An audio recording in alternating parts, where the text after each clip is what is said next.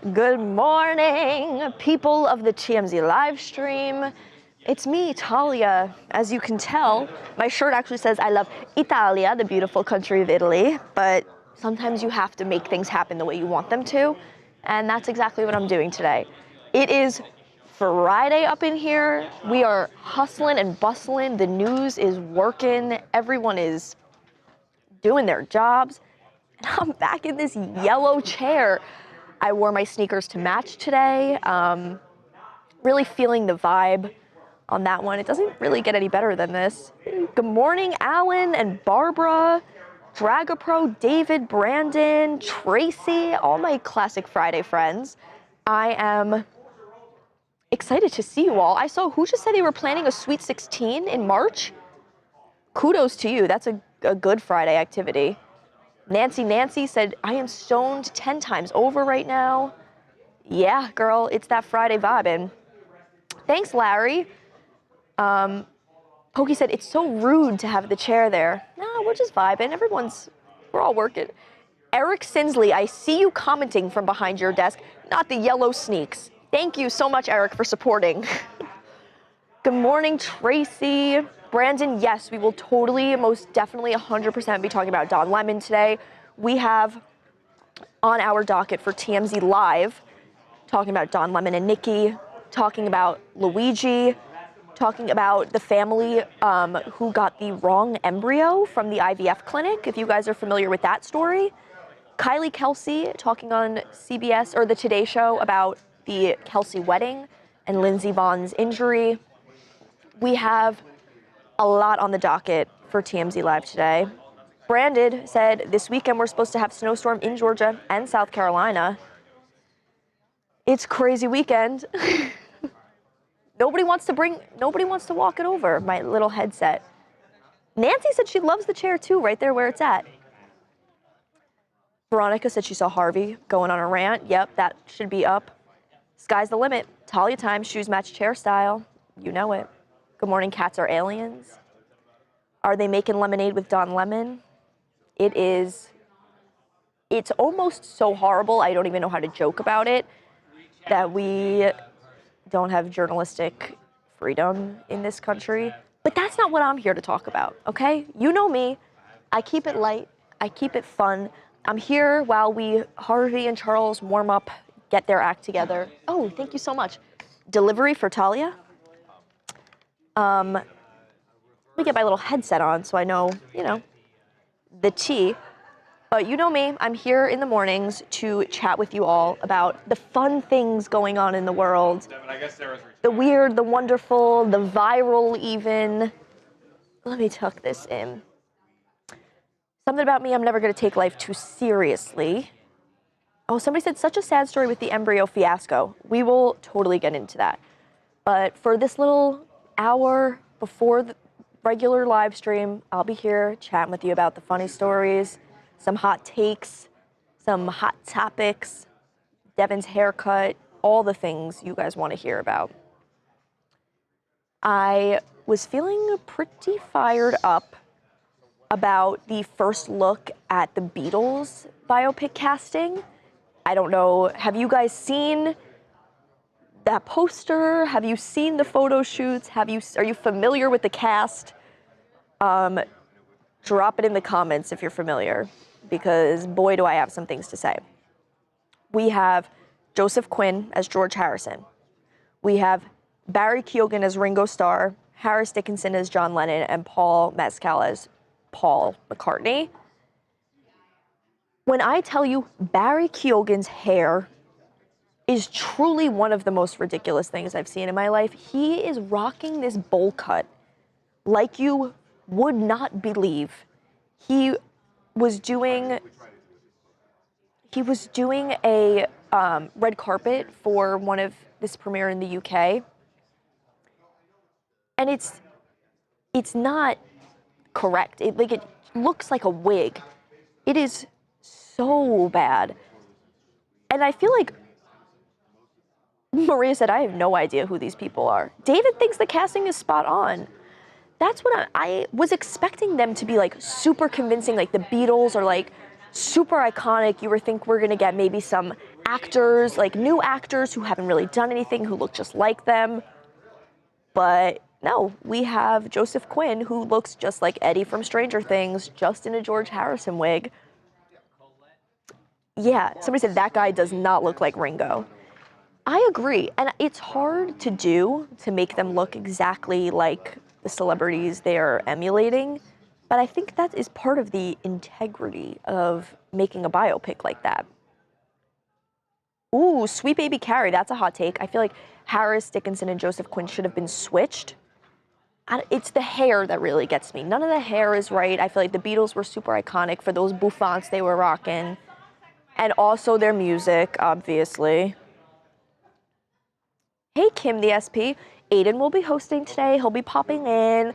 I have a story that he covered on socials yesterday that I would love for him to come chat about with me in this big old chair. So we'll get him over here a little closer to when we start. But yeah, so the Beatles biopic is 4 separate movies. That's what I was trying to get out there. It's not, I don't know if it's going to be, hey, Charles, we're working hard in here today, folks. Oh, yes. So the DOJ did release 3 million more pages of the Epstein files. We are going, I believe we have some people going through them looking for all this stuff. It's so crazy that it's been this long. And who knows, I haven't taken a look at them yet, but I'm sure stuff is heavily redacted. But I am curious, are you guys satisfied? I mean, I would like to know everything because I'm nosy, as we've established, but it's also our right to know. But yeah, Brandon said he saw that. They released more Epstein files today. It's just crazy stuff. That's what you guys are really on about. Yeah, my friend sent me something about the Epstein files, Monique. Let me see. It is not. It's not like good. That's what I had to say about that, really. 3 million pages is a lot. I have no idea how many pages there are total, which I feel like is probably a lot more. But yeah, I know they were supposed to be released a while ago. We're finally getting that moving, you know? Better late than never, I guess they say, but also what's up with that? Same here, even though I have a feeling it's going to be nothing about anyone involved. That's what I'm saying. I think they're just releasing shit to release it so people will stop hounding them. I'm not going to be satisfied until I know every single detail. I don't care if it's a politician I've supported in the past. I want to know who and what is going down. I don't care who you are, release them. You know that song? 1, 2, 1, 2, 3, release them. That's how I feel. First Amendment in jeopardy. People talking about Don Lemon too. That is also another First Amendment. Freedom, your right to free press and journalism. Lemon is happy for this. It will just get more views. He's trying to be relevant. I don't think so. I don't know if going to being arrested, first of all, how is he going to get to the Grammys? That's what I'm worried about. But it's really scary that we're living in a time right now where journalists are being arrested off the street, whether you agree or disagree. I'm curious to know. Yeah. Somebody said free Don Lemon. Luigi no longer facing the death penalty. I know we're going to be talking about that today as well. He will no longer be facing the death penalty. They're talked about stalking in court, and the judge or the lawyer told a really interesting story. Derek retold it this morning. He did a dramatic reading, so that was interesting to hear about. I want Luigi to get off. He was a man in pain and he was going through it. I believe he will get off with community service. Though I don't believe in taking a life, they said he had back pain. I think if you kill someone, there are repercussions for that. I don't know. I don't even know if that's a hot take, but that's my opinion. Hey, Clover. A lot of people need to read the book 1984 by George Orwell, then you'll see what I'm talking about. With regards to the Don Lemon stuff, I absolutely agree. 1984, changed my life in 9th grade. I've been seeing posters like up on the highway, like overpasses. People have been hanging banners that say 1984. It is crazy the time we are living in. Somebody said, no way he just gets community service. There's no way he just gets community service. This has been the biggest case in a really long time, and I think everyone's kind of watching to see what goes down with that. It's time for Grammys already. Damn, time flies. I know. I know Harvey disagrees with award season. Me personally, I love the Grammys. I love the Oscars. I'm in my EGOT era. Just figured out what that meant, and I'm passionate about it. Talia not old enough to know anyone from the Epstein files. No, I definitely do. Stuff like this is important to know about, so I absolutely will be educating myself. Rochelle, you're welcome for reading your comment. Yes, somebody did try to break Luigi out of jail in Minnesota, which there's enough going on. There's enough going on over there. The last thing we need is them trying to break him out of prison. Somebody give Minnesota a break. I don't know what we have to do. Do I have to go over there? It's getting ridiculous. Somebody goes, can't wait to hear Babcock's take on Don Lemon arrest. We can definitely get him to talk about that. But you know what? I'm feeling pessimistic talking about these things. It is horrible and sad, and there's so much going on in the world. So let me entertain you. Let me be your court jester.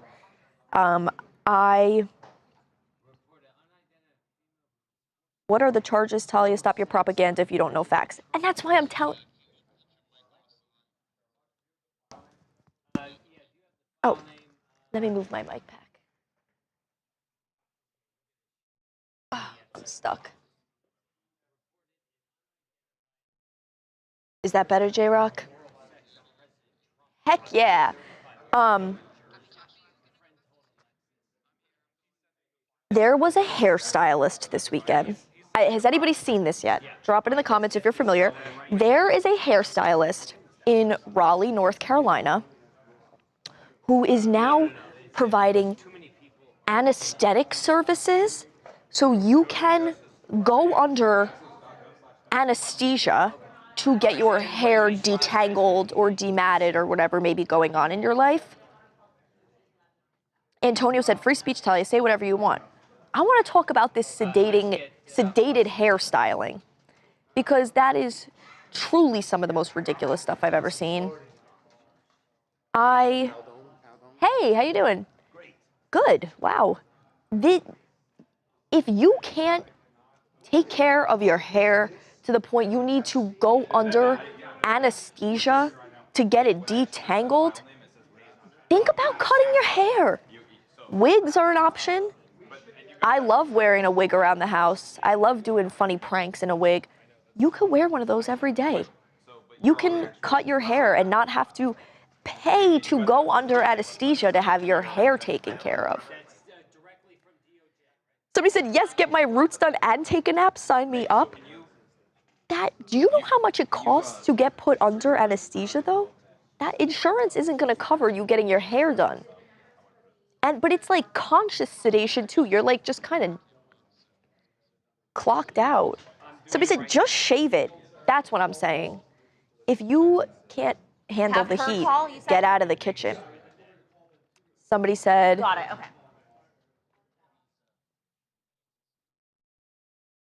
Oh, I'm getting questions about my wigs.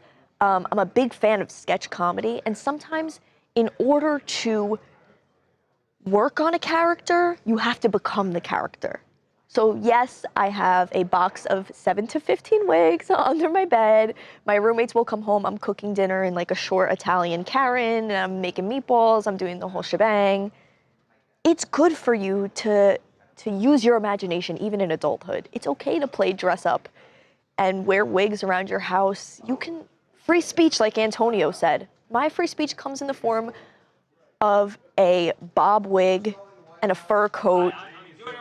It's just, you can do whatever you want. Sweet and low. clocking me from a mile away. Tell you, did you brush your hair? Because the bottom doesn't look like it, so just checking. Hashtag take your own advice. Great point.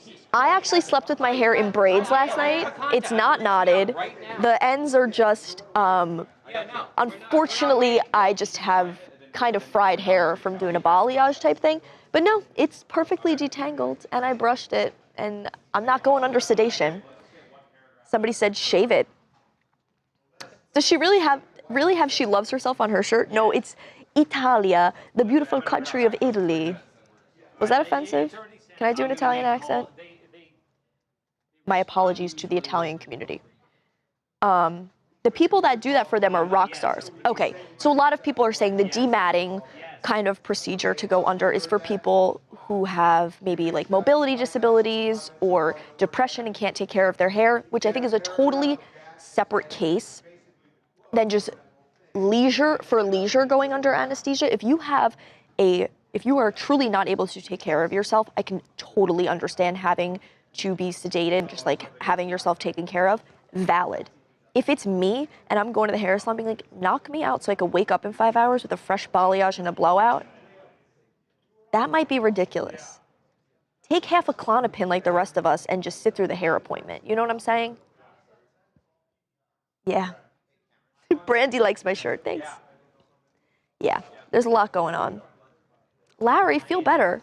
Oh, Maria said, us Italians don't get offended that easily. I think I'm spiritually Italian. Am I allowed to be that? Being from Long Island, being immersed in the beautiful community of Italian Americans on the island, I feel like maybe I eat braciole, we do Sunday sauce, the whole shebang. I braid nightly long hair, and I love it as part of my nightly ritual. Yeah. Clover cleverly, do not go under anesthesia unless it's absolutely necessary. I think it's also similar, like you can build up a tolerance to anesthesia if you like do it a lot. I don't think it's like the best thing for you. You know what I'm saying? Big chops seem to make a lot of people break down. That is true. Your hair is an emotional thing. I truly believe your hair holds memories, emotions, trauma, spiritual beliefs, whatever you think. Like Native Americans use their hair, like when someone passes away, they cut their braids. I think chopping your hair big like that is an incredibly emotional thing. Thank you, Scotty, for the brain rot comment. Thank you. Pokey Ninja also said, Pokey Ninja, I want you to know, I love you, and it's okay that we're talking brain rot sometimes. Oh, somebody said, I can see that for tattoos, but not for hair. I think it would be interesting to go under anesthesia for a tattoo, but is that kind of like part of the adrenaline rush? Tammy George, I love anesthesia. Best sleep of my life. Honestly, fair enough.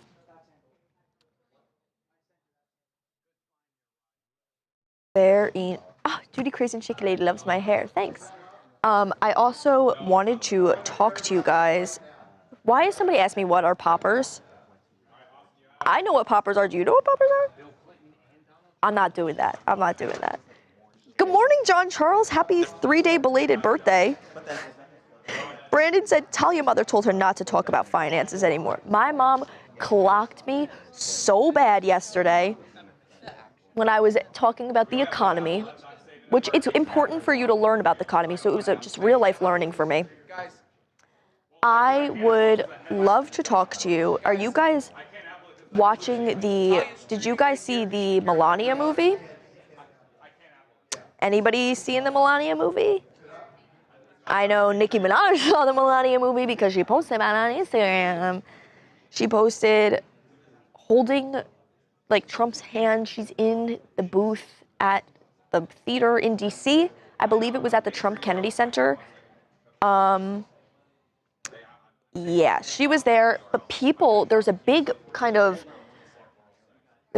controversy with the Melania movie, obviously politically, but also the posters around LA are being defaced. People are drawing Hitler stashes on Melania's face. They're writing slurs over it. They're writing, your husband is a pedophile over these posters all around the city.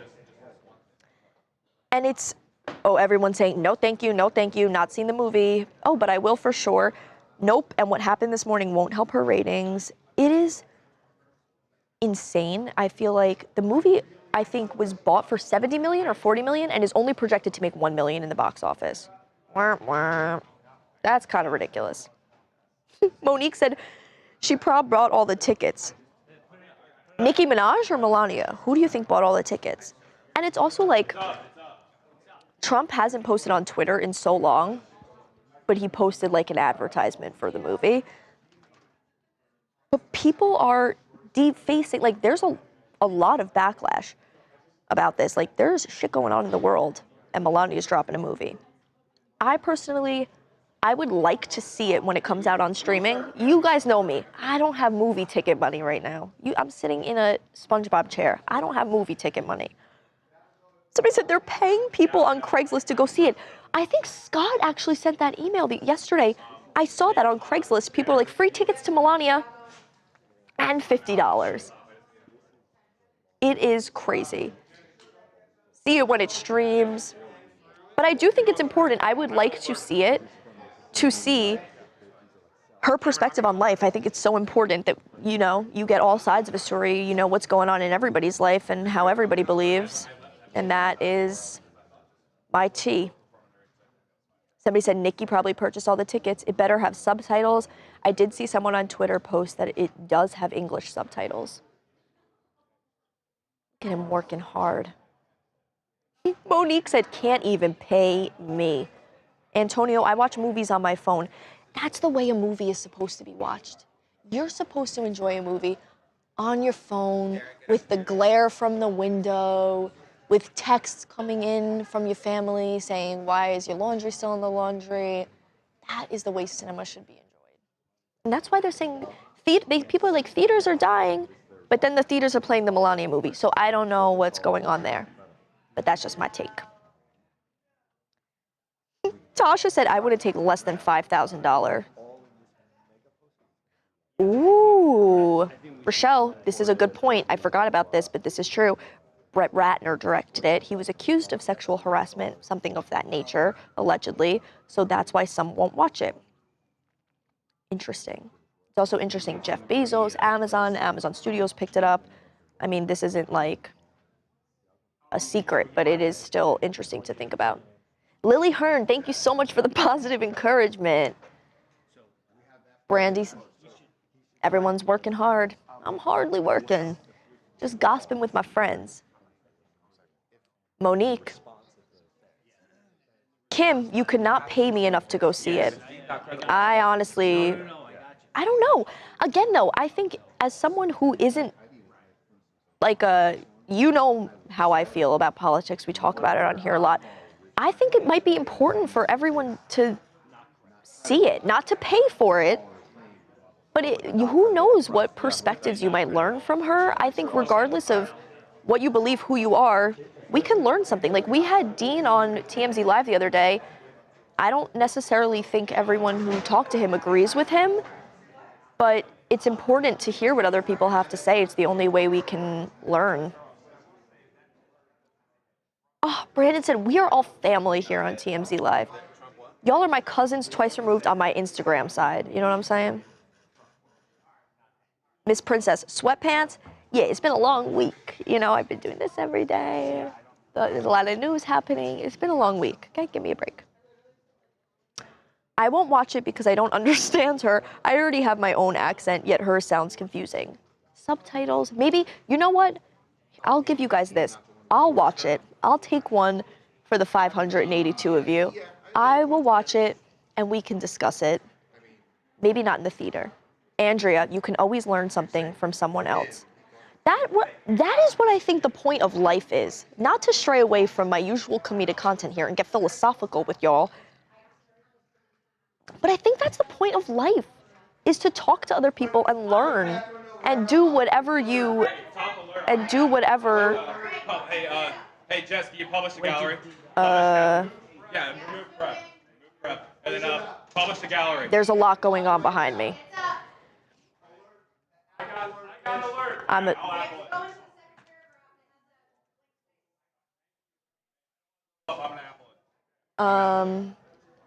It's crazy stuff back there. Well, I'll fill you all in a moment. But yeah, oh, somebody said, Talia, I come here for the outfits. What's going on? I told y'all, it's been a long week. It's been a hard week. There's news happening. There's crazy things going on behind me, and we will... Oh, Larry said, I love going to the movie theaters and watching movies. It sounds like you're in a sports bar. It's something like that.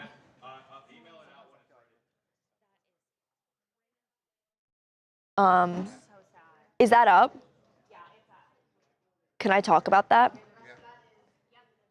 Okay. Okay. We have a piece of breaking news. I am incredibly emotional about it. I'm really upset.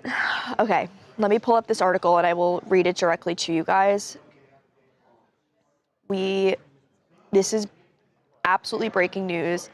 Catherine O'Hara, the famous comedic actress, Home Alone, Schitt's Creek, Best in Show, Waiting for Guffman, has passed away at 71. Confirmed, TMZ has confirmed. She died Friday. 2 sources with direct knowledge told TMZ. Her cause of death is unclear. She played the mom in the Home Alone movies. She was Moira Rose in all 80 episodes of Schitt's Creek. She did Best in Show, Beetlejuice, I know. I have chills right now. Catherine O'Hara is truly my comedic inspiration. She is the funniest woman. She did all of those films with Eugene Levy, all of those Waiting for Guffman Best in Shows. She was just in The Studio, the Seth Rogen show. She won an Emmy for her work in Schitt's Creek in 2020. She's a Canadian resident, born and raised in Toronto. And the last time we got her was at LAX in February of 2024. And she is now no longer with us. I am telling you guys, like, as this has just been published, like, we are just learning for the first time too. Yeah, it has been confirmed. 71 years old. Not sure what the cause of death is, but she has passed away. That's what all that combobulation has been going on behind me. I know. This is very heartbreaking for me, woman. She seemed healthy. She was a great actress. Rest in power. Oh, good. TMZ just dropped the link to the article. You guys can read the full thing. We have galleries up. We have the video that we got her. It's absolute madness. So that's what you hear going on behind us. She was amazing. Why don't we... I'm trying to think. We're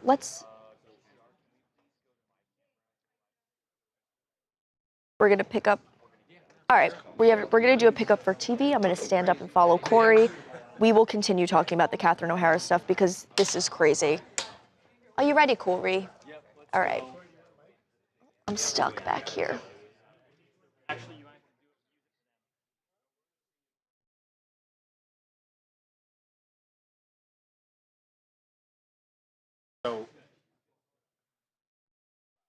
You mic'd? It's a crazy morning over here. So we need to get the Catherine O'Hara news in TMZ on TV show. So we're going to have to break here so we can record that, and then we'll be back on the live stream. So this is news, folks. Probably 15, 20 minutes. All right. Yes. Yeah, we can slate up. But sorry, guys. That's this okay. is just... we dropped the link to the article in the chat. It's a big morning with Catherine O'Hara. Devastating. Yeah. I know. And everything else that's happening. But we will see you guys in a little bit. This is the world of news.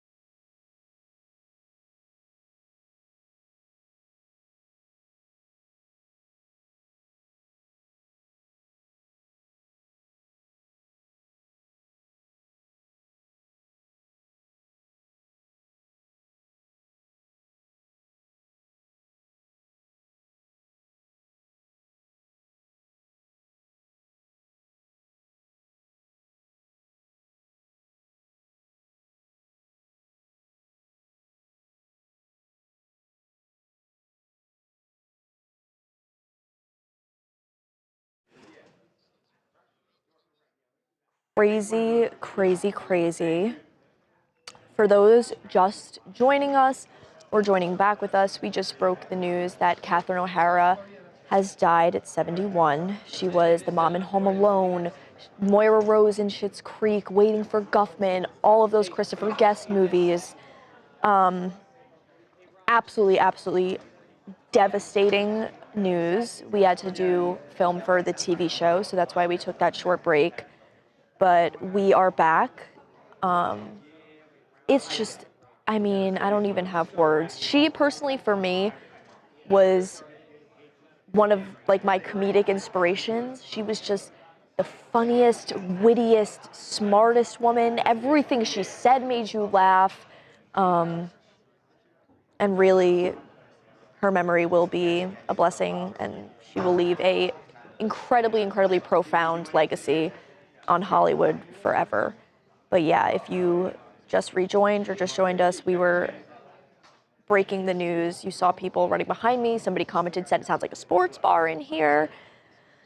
That's what was going on. But we're back. We will absolutely be talking about that today on live. I'm sure Harvey will give his take. She lived a long and fulfilling life, nothing to be sad about. Everyone dies someday. So true. But it's just so hard because I wish I could see her in every movie forever. But she's a comedy legend for sure. The mom in Home Alone. She lived a great life, so that's a huge plus. Exactly. Definitely an icon. But yeah, I know we left off, we were chatting about, speaking of Hollywood, we were chatting about the Melania movie before we left. But she had a great sense of humor and timing. Oh, Mar Drizzle just joined and said, what's with the Pikachu chair? This wasn't my creative direction, but I'm kind of growing really fond of the chair. I feel like we should give it a name. But yeah, we'll talk about maybe some positive, uplifting things before we get started with our regularly scheduled live stream. I know we'll be talking about Don Lemon, Luigi, some really heavy topics this morning. So I'm here to keep you entertained. I actually love this story. Is anybody here a Vogue watcher, a Vogue purveyor? Because Vogue Japan, Nancy, I'm moving on. Vogue Japan had Ariana Grande on the cover. They did a whole shoot with her. She's in this like Dior mini skirt. It's so fabulous. Shows like so chic, whatever. The photos come out. Ariana Grande has a sixth finger in the photos. Like she has her like gloved hand up against a wall, and there's a second pinky coming out from behind her hand. Like she truly has six fingers, and everyone is like, oh my God, another Photoshop fail. Like it's so embarrassing. Like someone at Vogue is getting fired.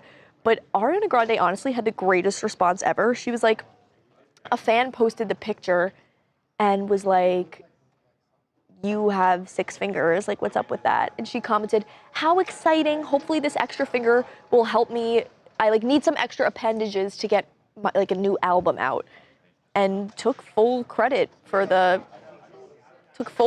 extra finger and said she's gonna use it to drop an album, which I would love that. Harvey said that this morning. Somebody made a donut licking comment. He was like, was the other pinky covered in donut glaze? Just ridiculous. It does bring up an interesting topic of Photoshop in magazines.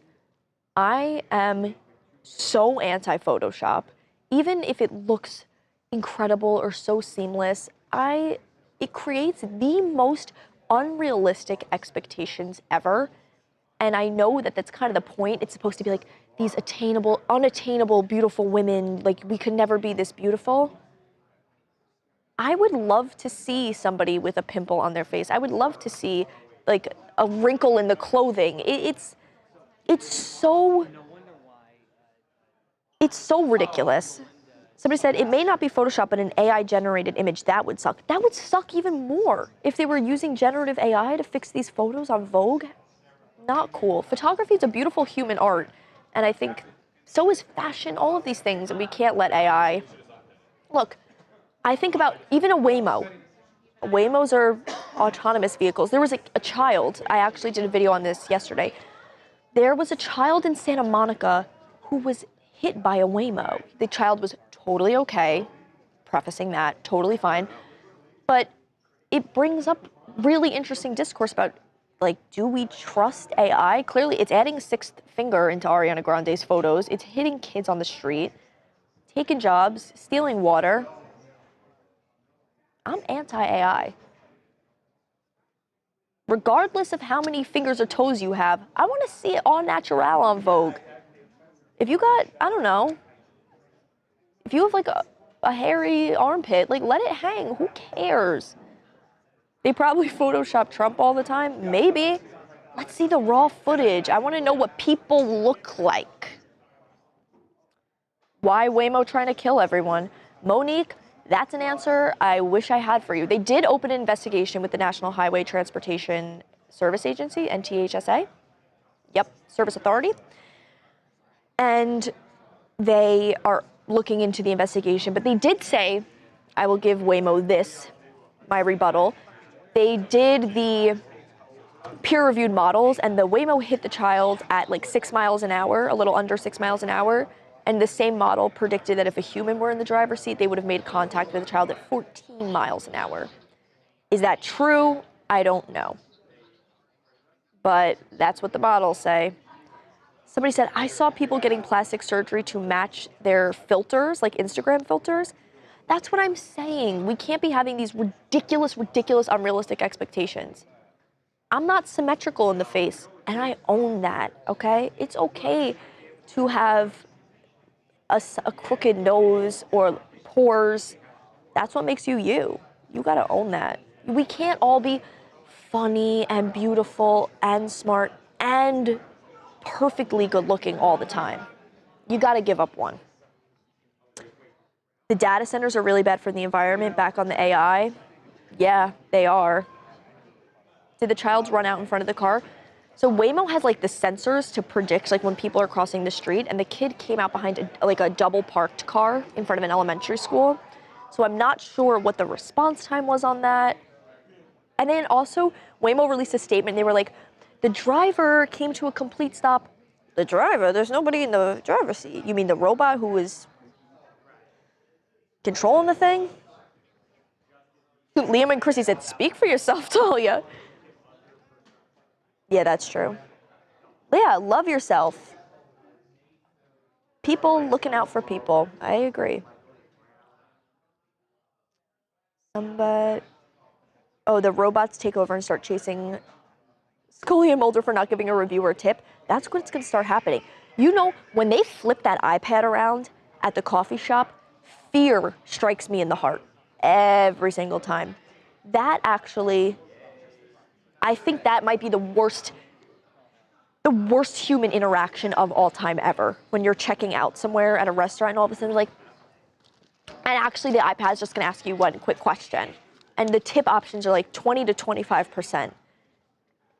My morning coffee has been costing me $13, so I'll do with that what you will. But yeah, the robots are gonna start hunting you down if you don't press 29% on the tipping iPad. Oh, so true. Oh, people who are just joining or finding about it, Catherine O'Hara. So yes, we just broke the news. Catherine O'Hara passed away. Incredibly sad and difficult. I am taking this quite hard. I really loved her. Tito Mendez, you really getting paid for this? Questionable. Wait, people here get paid? Nah, I'm just joshing. I feel bad for the celebrities who feel forced to get cosmetic surgeries just to get roles. That's exactly what I'm saying. You see all the celebrities on magazines, you see unrealistic bodies, faces, whatever. It's cool to be you. It's cool to be you, that's what I'm saying. Pokey Ninja, good point. Plastic surgery is okay in some situations, like if you're hurt in accidents, etc. But I also agree with... I mean, I wouldn't. choice. You can have They're doing Luigi. as much. So all the locals. You are can doing have as Luigi, much so we're not surgery gonna as you do want Luigi. or don't We do want, we but do you shouldn't feel pressured like you have to have it. Oh, I'm sorry. Am I Hi. stepping in your sunshine? Would you like to sit in the chair? The people are really upset about Catherine O'Hara and they want to Well, talk about it. I love Catherine O'Hara. Me Loved too. her. Are you mic'd up? No. All right, that's fine. Okay. I Is it? loved. No, I'll speak on your behalf. Oh, they're bringing a boom over if you want to gossip. But yeah, Harvey loved Catherine O'Hara. I did too. I want to do something for her. Maybe I'll work on something on social to get some like highlights from her movies up. We'll figure that out. Brandon said, "Hi, Harvey. Sweet and low. You're not stuck with me. I understand I'm not your favorite. I love you. I love talking to you guys. Aiden will be in a little bit. Harvey's getting in. Good morning, Devin. Morning. Yeah, something up. Afternoon now. Oh, yeah. No, it's 10:31. Yeah, it's good afternoon.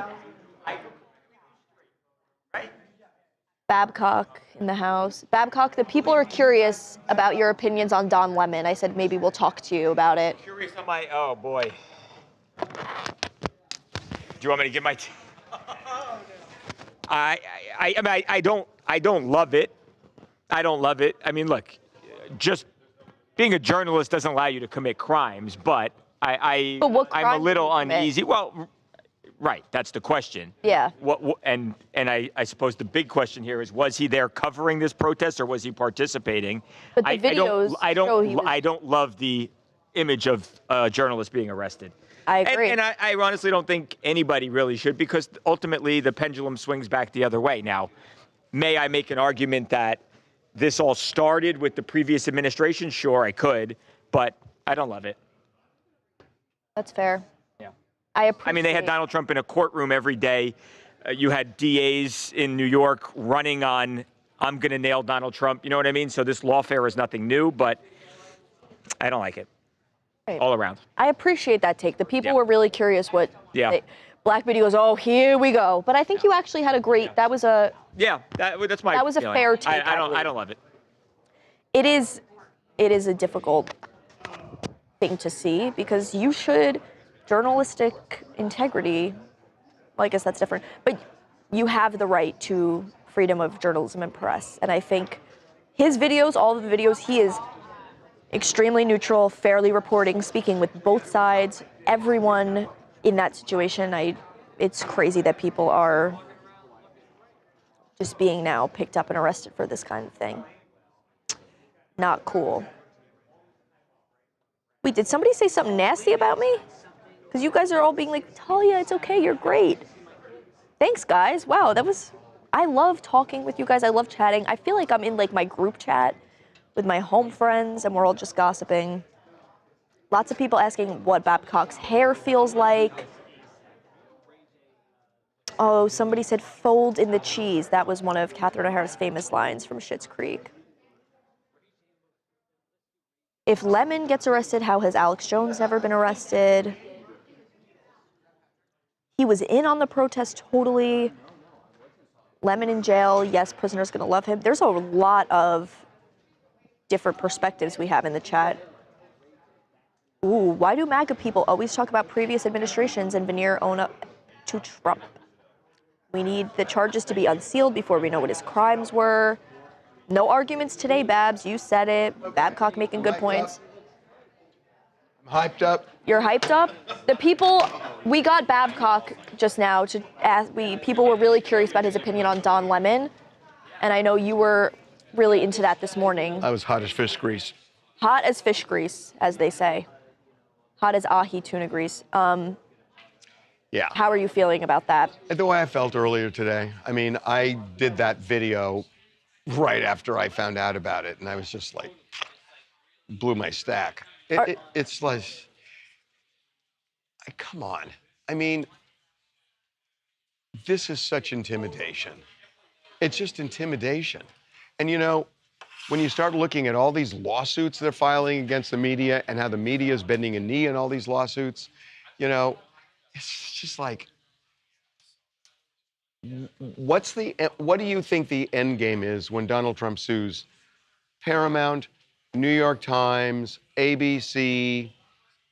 what's the end game in all of this? And now arresting Don Lemon, the end game's pretty clear. Yeah, it's basically intimidating the press. And when you do that in a democracy, you lose the democracy. And it really is the pillar that holds it together. And this is not, you can't look at things randomly. You've got to look at all the connections. New York Times, Paramount, ABC, Don Lemon, the Washington Post reporter where they got the search warrant, Hegseth,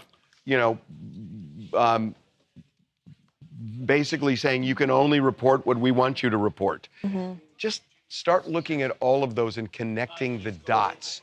And it is very troubling. It is just very troubling. There's a pattern and there's an end game. And the end game is antithetical to democracy. So to me, as Walter Cronkite would say, that's the way it is. As a journalist, do you feel nervous? Well, I feel like they have made enormous inroads in damaging First Amendment rights. And it's worked. I mean, look, they're really effective. They've been really effective. That's the one thing, no matter what you feel about Donald Trump, he has been effective in getting what he wants. He's doing what he said he would do. But he's not just doing it, he's accomplishing it. Mm-hmm. And I'm a little stunned at how easy it's been for him to do it. But he has been an incredibly effective president. He just has. Clover wants to know, why aren't senators and representatives speaking up? This is a violation of freedom of the press. They're all afraid. They're all afraid. Or at least the Republicans. Are his charges sealed? And I don't think Donald Trump cares about the critics on this. I just don't. I would agree. I don't think he cares. I don't think Stephen Miller cares. I don't think they care about the critics. People want to know. They're going to do what they want to do. What is he specifically being charged with? Hey, Charles, what was the indictment specifically for? I forgot. With Don. The Don indictment was conspiracy to impede the exercise of freedom of religion. Yeah. Okay. Yeah. The people are also saying, do you think that this is happening right when 3 million more pages of the Epstein files come out? Do you think that's a coincidence? It's not like there's nothing else going on. I mean, you've got Minneapolis other things in Minneapolis. You've got Colombia, you've got Venezuela, you've got Greenland. I mean, there are plenty of diversions. So, I don't know. Yeah. Yeah, I mean, look.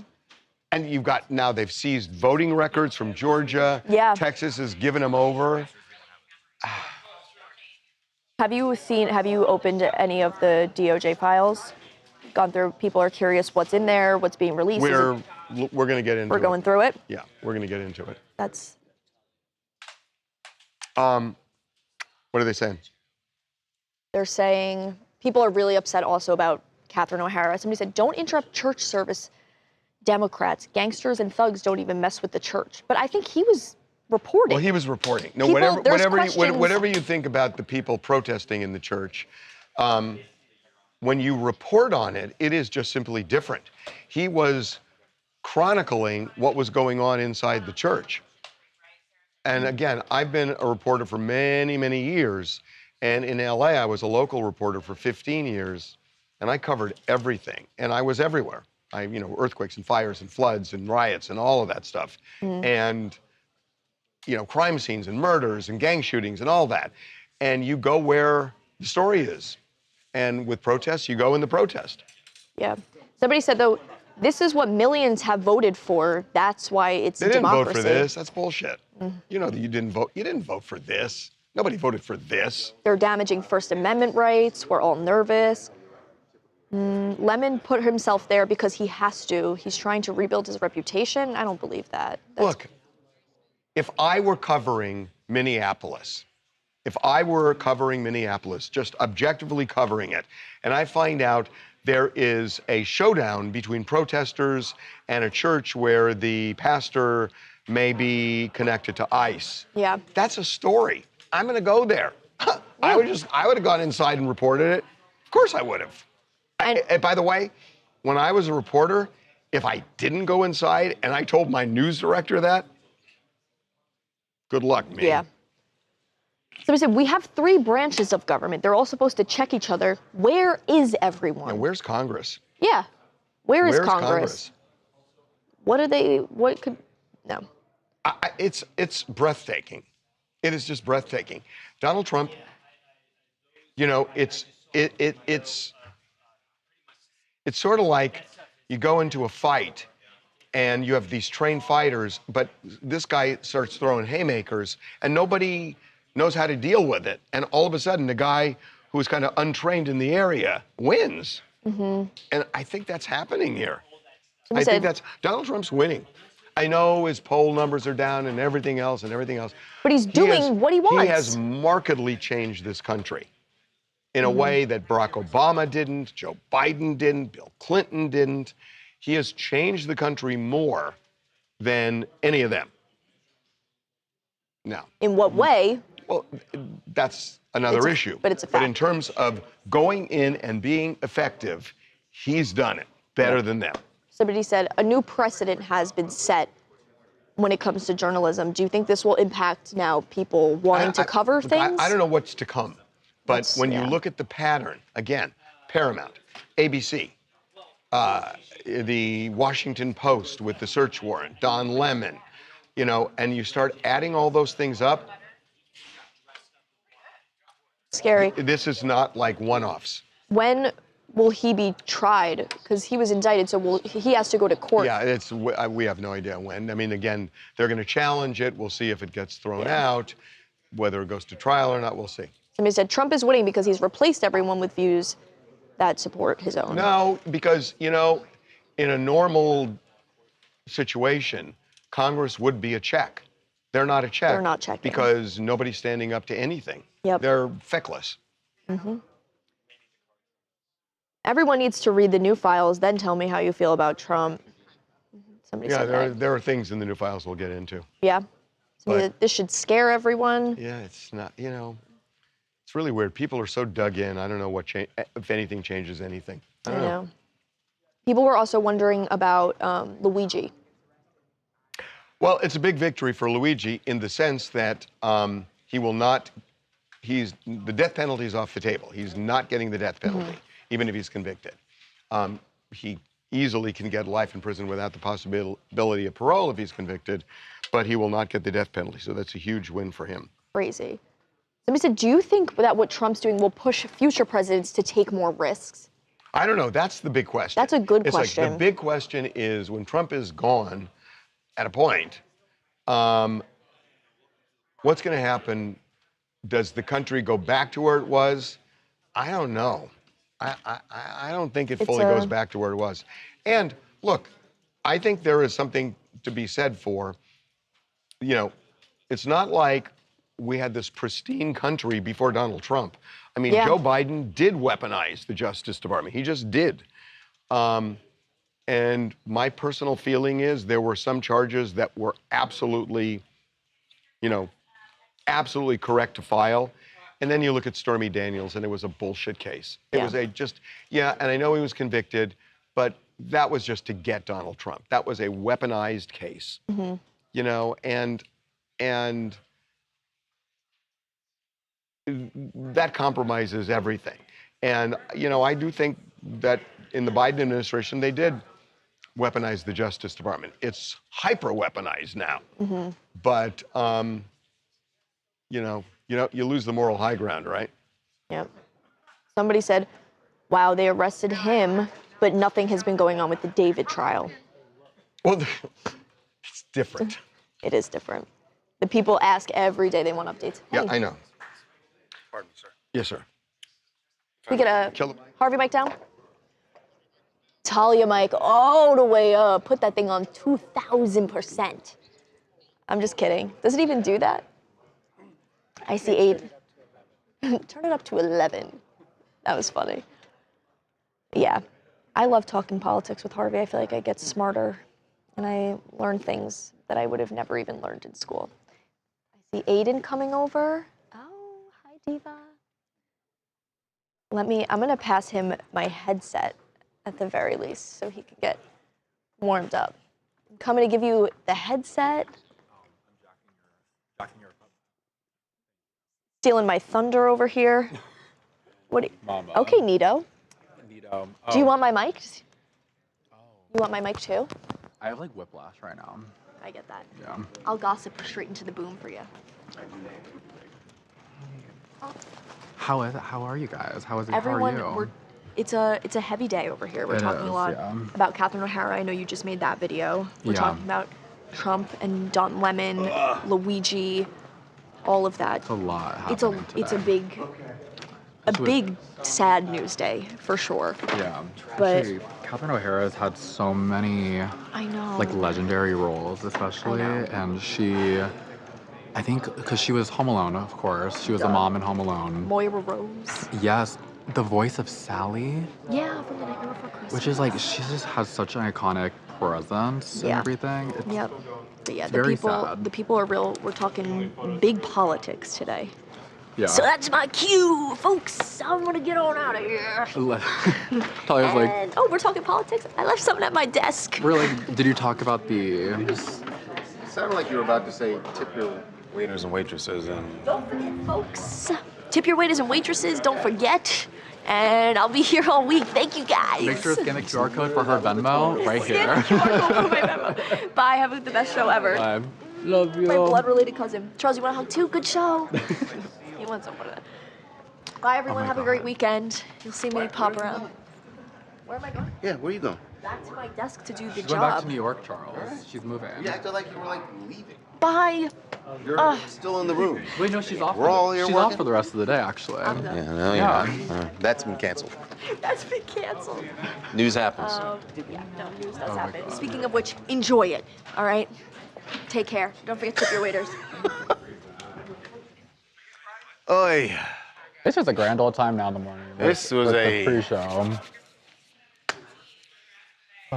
4 alarmer, not a 5. News-wise this morning. Yeah. Wow. Oh, all right. Oh, where's Twanda? I'm wearing the wrong costume today. Hey, For this. Yeah. I'm in my Jamie Schramm cosplay today. Did you hear from Alexa? Okay. Next week? I literally feel like I just exited a tornado. Like oh my God. Let me pull up the girlies. How are you guys? How are you guys?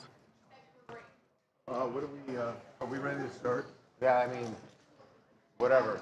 Wait, I need to say hi to everybody. I need to rush. I need to rush. What does that mean? Oh my God. Not great enough. Are we ready to start?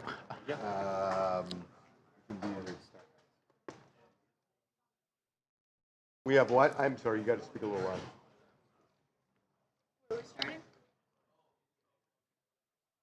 Oh my God, good morning, guys. Good morning, Brandon. So really quickly. Hey, guys. Why don't we just do that? Where are we starting at? Wait. Well, it's not that much. It's not that much. You're right. No, we should wait. You're right. We should wait. Yeah. So what are we leaving? Hey, Black Beauty. Hey, Barbara. Hey, Sweet and Low. Where are we starting, Wanda? Where are we starting? Hey, Rochelle. Where's my 47 hat? Antonio, you're never gonna get off my neck. You are always on it. No, it's not that. It's not even that. Coffee for Aiden's chat. I know, I'm just overwhelmed. It was a very heavy morning. It still really is. Hey, Greg. It's an anonymous tip they got. They investigated. And clearly went nowhere. Fair. You know what I mean? Like, they're just, the file is just Thank you, showing Mary. you every single thing that they. Hey, Mama.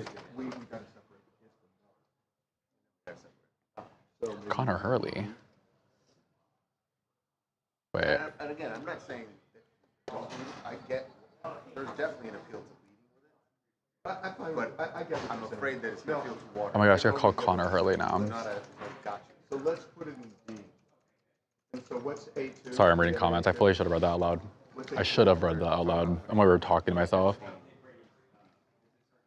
Can you give official John Charles a girl? Girl. Girl. What's your take on all this? That's fine. My take right now is I need to regulate. That's what I'll say. It's still early too. Oh, I love your vibe, Ton. Okay. Very cool side note. So, first of all, how do you guys love Talia's new show? The pre-show in the beginning is so iconic. Her little chair. It's my favorite thing ever. On Fridays, because I feel like last Friday you guys were living for Astrology Fridays. And Talia and I want to do a little thing in the beginning during the pre-show. We'll do a little Astrology Fridays. Every Friday, potentially. If we show up next Friday and we're not doing it, don't yell at me. Don't come in my comments. But we're going to try our best. We're going to try our best. I feel like you guys would like that, right? Because we're not just do Astrology Fridays like, oh, like today is this is the vibe for the day according to the start. Like, yes, of course, but we are gonna pick a couple people to do a little like on the spot vague readings or like very quick readings, if as much as we can. But y'all have another big three. So do your homework. Get your big three by next Friday. Thank you so much. Mega said I'm clipping this.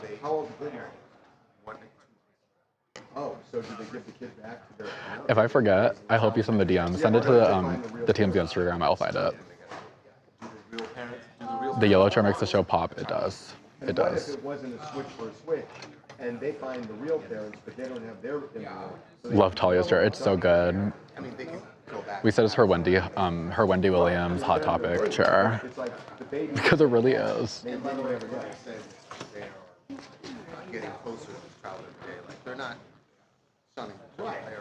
How are you guys?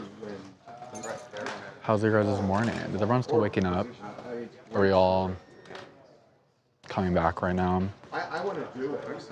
Am I feeling better? Yes. Yeah, we'll do it in the C. I think we're about to start. And I want Go home with Talia, please. I can't go to New York anytime soon.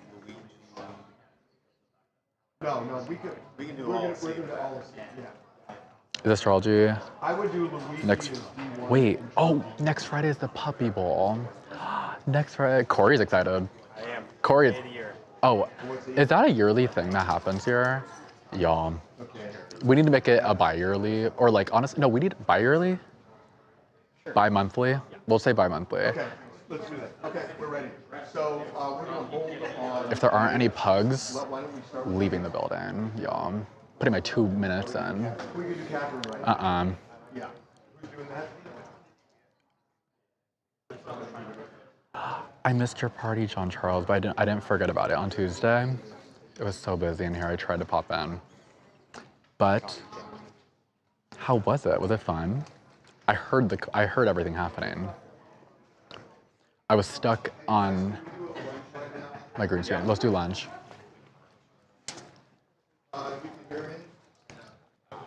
Guys? Yes, yes. Okay, it's gonna be between, I need you to pick. It's gonna be between grilled salmon. Grilled salmon. And rotisserie chicken sandwich. Oh, okay, guys. Grilled salmon or rotisserie chicken sandwich. Oh shit, Charles, it's 10:54. Fuck. What? All right, y'all, we're gonna throw I know, a poll. we gotta go.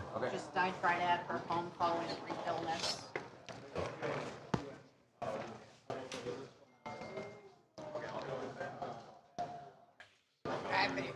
We need it now. Okay. Okay, great. Yeah, sorry. We're going to Alexa's desk. Put Janet for Catherine. Okay, let's do this. Hey, Branson, did you get that document? Yeah. What? Guys, I got to get this document.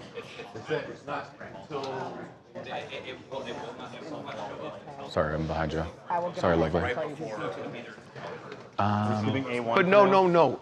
This is not grand jury. This is the magistrate that a week ago, The affidavit. a week before they ago, went to the- they went to a magistrate. They filed documents saying we want Don Lemon prosecuted. They had an appendix with this in it, and the judge rejected it. I need that document for the third time.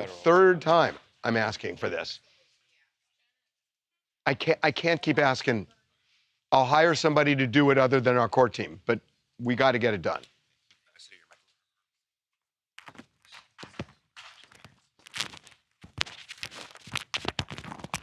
Hey, Branson, we cannot do the podcast without this document. So you need to be all over this. Call Mark Aragos and say, for whatever reason, our court team can't find it or whatever.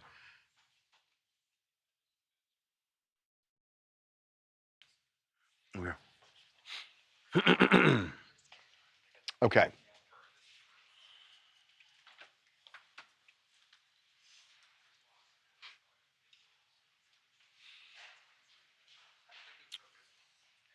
Well, it is unfortunately one of those days where we have to report some really sad news here from the world of show business. Catherine O'Hara died this morning here in Los Angeles. And obviously the star of Schitt's Creek, of Home Alone, Beetlejuice. Best in Show, Beetlejuice, all incredibly beloved roles. 71 years old. Died from an undisclosed illness. Right. And I got to say that, we've covered lots and lots of celebrities, who have passed. And usually we say best known for, and there's one thing. And it's easy to, right. When you're writing the headline, you try to pick one thing that you put in there. What do you pick? You can't. I mean, you can't with Catherine. Schitt's Creek, incredible. Home Alone, she was amazing. Beetlejuice, she was great. I mean, Best in Show, she was incredible. And so, and by the way, dramatic roles, comedic roles. She was really one of the stars of the stars. Yeah, and was early on like a big improv star with SCTV. Just an incredible career, and every time when we got her out, she was so like humble about her success. Do we have the last? Let's play the. Is this the clip? Was that the clip? The last. 2024. Charlie got her at the airport. Asked her, like, what her most memorable roles were. And what did she want to be remembered? This is for? great. Favorite actress ever. Okay. And you've been, oh no, seriously, you've been in so many legendary roles. When all is said and done, which one role would you most like to be remembered for? Mother of my children. What about acting? That's a good role, like a personal role. His wife. Oh, that's good too. These are all PC answers. Oh, stop. By the way, her husband was, I believe, a set designer on Beetlejuice, where they met in 1992. Yeah. What an amazing person. Yeah. She's such an icon. I mean, the comedic timing. I mean, it's always sad when we have to report that someone dies, but this one really hurts. And 71 is so young, so this definitely comes as a bit of a shock. She didn't want to do Schitt's Creek. She had to be talked into it because she didn't feel like she was right for the role. And she just, Eugene Levy apparently talked her into it, and she was just... Thank you, Eugene. Yeah. I mean, just remarkable in it. She was just incredible. So big loss. It is also a sad coincidence that the Westminster Dog Show is about to begin in New York City. God, yeah. So I'm sure there's going to be some, tribute to her. Hey, TMZ, it's Marlon. Thank you for having me from Bronx, New York. Thank you for having me again. It's really sad, about Catherine O'Hara passing away. The last time I seen her was in Beetlejuice. That was the sequel to the 90s original movie that came out. And she looked good. You know what I mean? She looked healthy. She looked active. So I could only hope that her passing. She didn't experience any pain because we still don't know the cause of death is unclear. But she played a big role in a lot of our hearts. She was very loved, and she will be missed. It really is sad. Yeah. Very sad to see this happen. It's a rough start to the year. Yeah. Yes, indeed. Okay. So mad. Baker 2. Kill my mic. So I thought Brendan had confirmed. No, not caught him. That she died today. Oh, I thought this morning. Hey guys. No, today. Yeah, guys, I'm looking at your guys' comments. She was very humble. Catherine O'Hara was very humble. The Home Alone mom. Her resume is stacked. Her resume is stacked. Wednesday. She was in Wednesday? She was in The Last of Us, I think. I could be so wrong. I think she was in The Last of Us.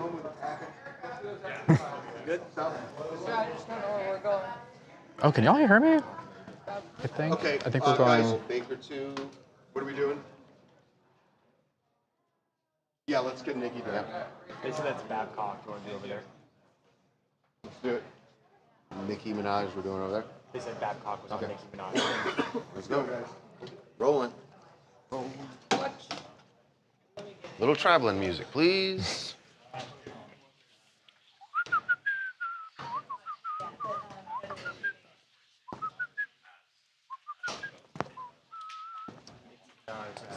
Oh, I got a flashlight. What did I do on my phone? No, extras got to wait. Casey. Extras got to wait. We're doing our thing. You gotta shoot this segment. Extras got to wait. Okay, let's do this so Babcock can do that. Less than 5, Casey. Sir. Nikki Fertile can wait. Okay, here we go. Traveling on my phone. No, hang on. I took it off to do the live. Okay, I'm good. You'll be good. Yep. Here we go. I'm ready. Just B-roll here. Okay.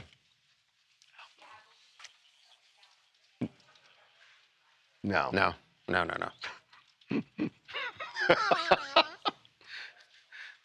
Beep, beep, beep. Dawn. Okay. Big Hollywood-style premiere in Washington, D.C. last night for the First Lady's documentary, Melania, the title, and also the First Lady. And they had it at the Trump Kennedy Center. You know, it's interesting because what I heard last night was it hasn't been officially changed yet. So I think it's still the Kennedy Center. The Kennedy Center? But well, they're trying that building and that theater is where they had the premiere. And you saw pretty much all of the cabinet members were there to support the president and the first lady, and as well as Nicki Minaj, their new best friend. She was there as well. Walking the red carpet. Yep, walking the red carpet, stopping and posing. And she is all in. Yeah. She is all I'm wondering if she's staying in. at the White House. Lincoln bedroom? Look at her hanging there with... Would that shock you? No, not at all. Hanging with Dr. Phil and, Don Jr. And his fiance. Yep. No, fiance. Fiance, yeah. No, she is now Trump royalty. Yes. Will be front and center at all events with them. They're making TikTok videos together. They're taking all photos. Yeah, I mean, he's doing things that I have not seen him do with anybody else with her. They love her in the administration. She is a real marquee player that is what not she can unlock for them. Yeah. Right. Well, I think that, with black men, there was a big jump in support before the election where he has not, and he has no traction and no support by and large is with black females. And right.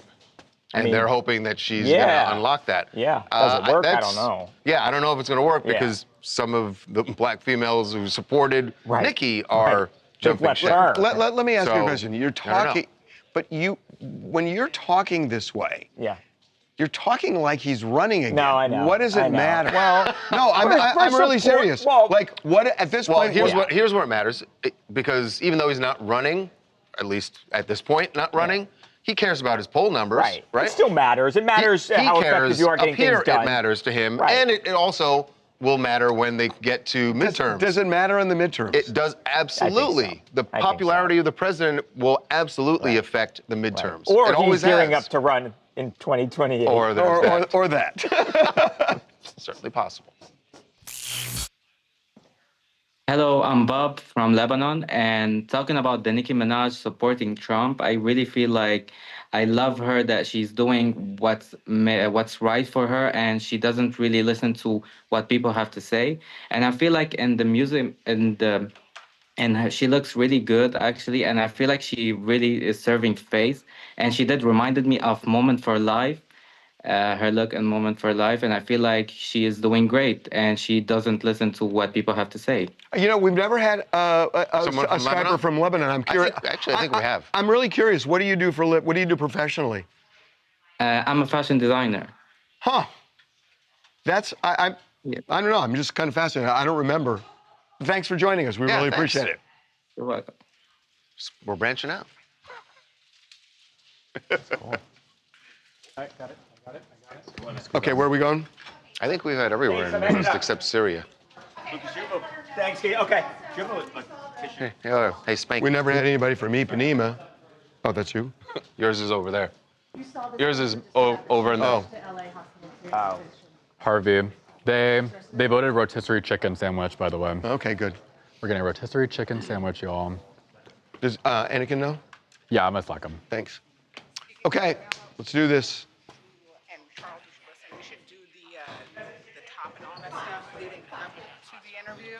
Because he only has like 6 or 7 minutes. Okay. So if it's gonna go long, you'll want to use all of your time with him. Okay.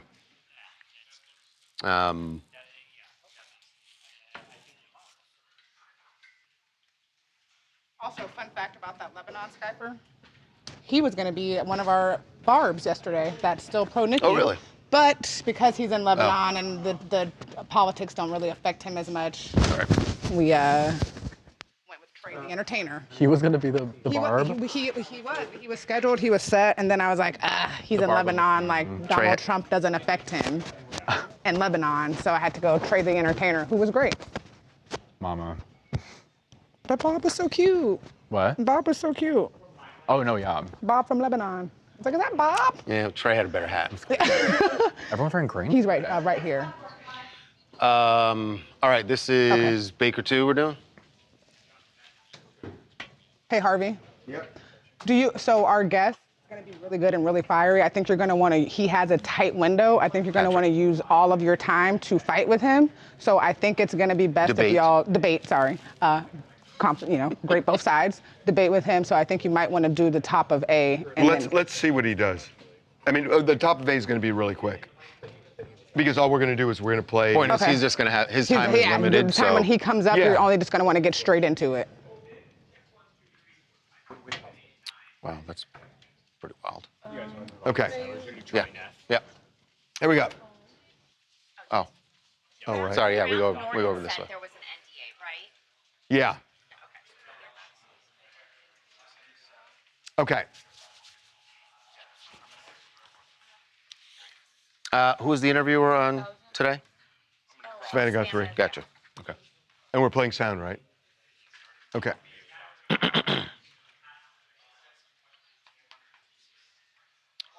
Well, Kylie Kelsey was in the hot seat, almost literally. All that was missing here was a big spotlight on her as she was on the Today Show this morning, facing a barrage of questions about her future sister-in-law, about the wedding that everyone is anticipating later this year between Travis and Taylor. So this is what Kylie said. She didn't say much at first, but I gotta hand it to Savannah Guthrie. She kept pushing. She got a little something here. Do we think there's a wedding this year? Oh, I don't know. Okay. Do you really not know? I have no idea. You're not gonna lie. Yes. I know. Not gonna lie. I know you're not gonna get yourself in trouble either. Never. I know, but we're so excited to celebrate. Though. I know. Of course. We can't wait. We all are. The look on her face is what. Well, hold on. When she also asked she said, you're not going to lie. When she said yes, was it yes, I'm not going to lie, or yes, that's I'm the name lying? Or yes, that's the title of my podcast, the name of my podcast. Oh, see, she had it out there. Right. She was just like, Oh, yes, but the damn. smile on her face, she knows. She knows. Right. She knows. But here's the thing. She can't say, because if you guys remember, Graham Norton recently revealed that he got a save the date, but was required to sign an NDA. So all these potential guests are on lockdown and can't speak at all. Of course, it's all eyes on Kylie Kelsey when she's speaking on the show, because she knows she can't slip up, or that invite is not going to be redacted. Here's the way Hollywood works. That you're going to have 500 people probably invited to this wedding. There will be loose lips. That somebody's going to get an invitation and they're going to flex, or they're just going to be excited and they're going to tell someone, their best friend. Right. But they'll say, and they'll say, you can't say tell anything. anybody. And just then the we way get they the were call. supposed to. Right, and the So best friend goes, friend, yeah, of course not. 5 Who would I people. tell? And then those 5 people tell 15 people. And then it's eventually. So what do you? Somebody- So how do you eventually- think? How do you think Travis and Taylor control this? They Like, can. They can. They can. Okay. But they elope. They elope. Oh, I kind of like that. They Actually. elope, and that's how they can. And then they have a party. But it's gonna get it's gonna get out. Hi, I'm Brandon, also known as Front Page Pop from Lexington, South Carolina. Kylie Kelsey handled this like a pro. She dodged the question without really saying anything. She may know some things. She might not know all the details, but she wasn't about to be the one to spill the beans.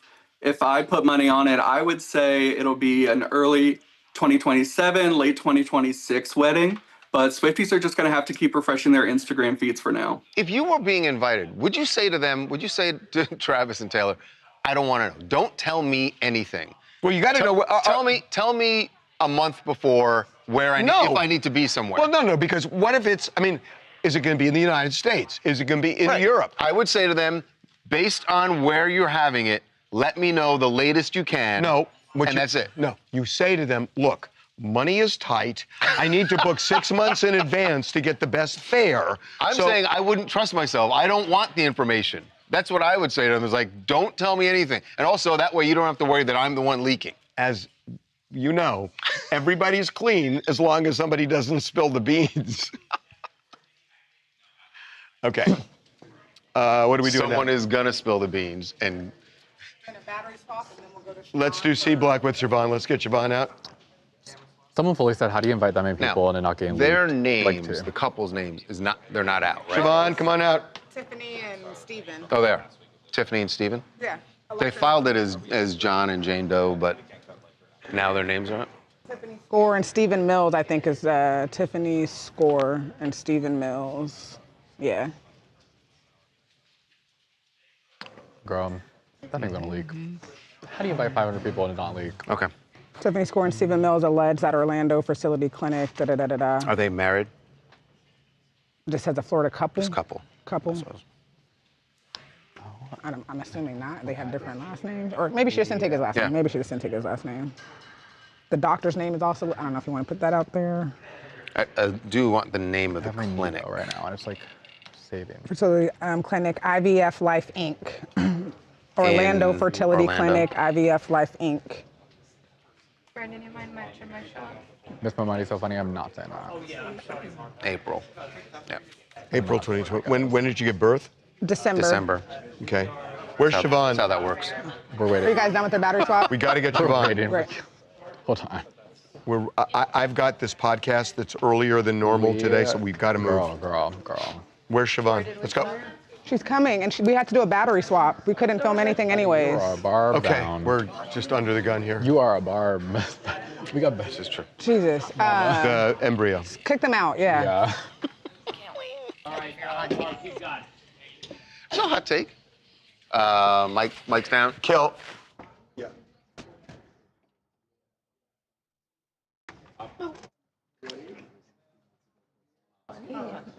Oh my God. No. We're not doing it. I'm just thinking. Black Beauty. Okay.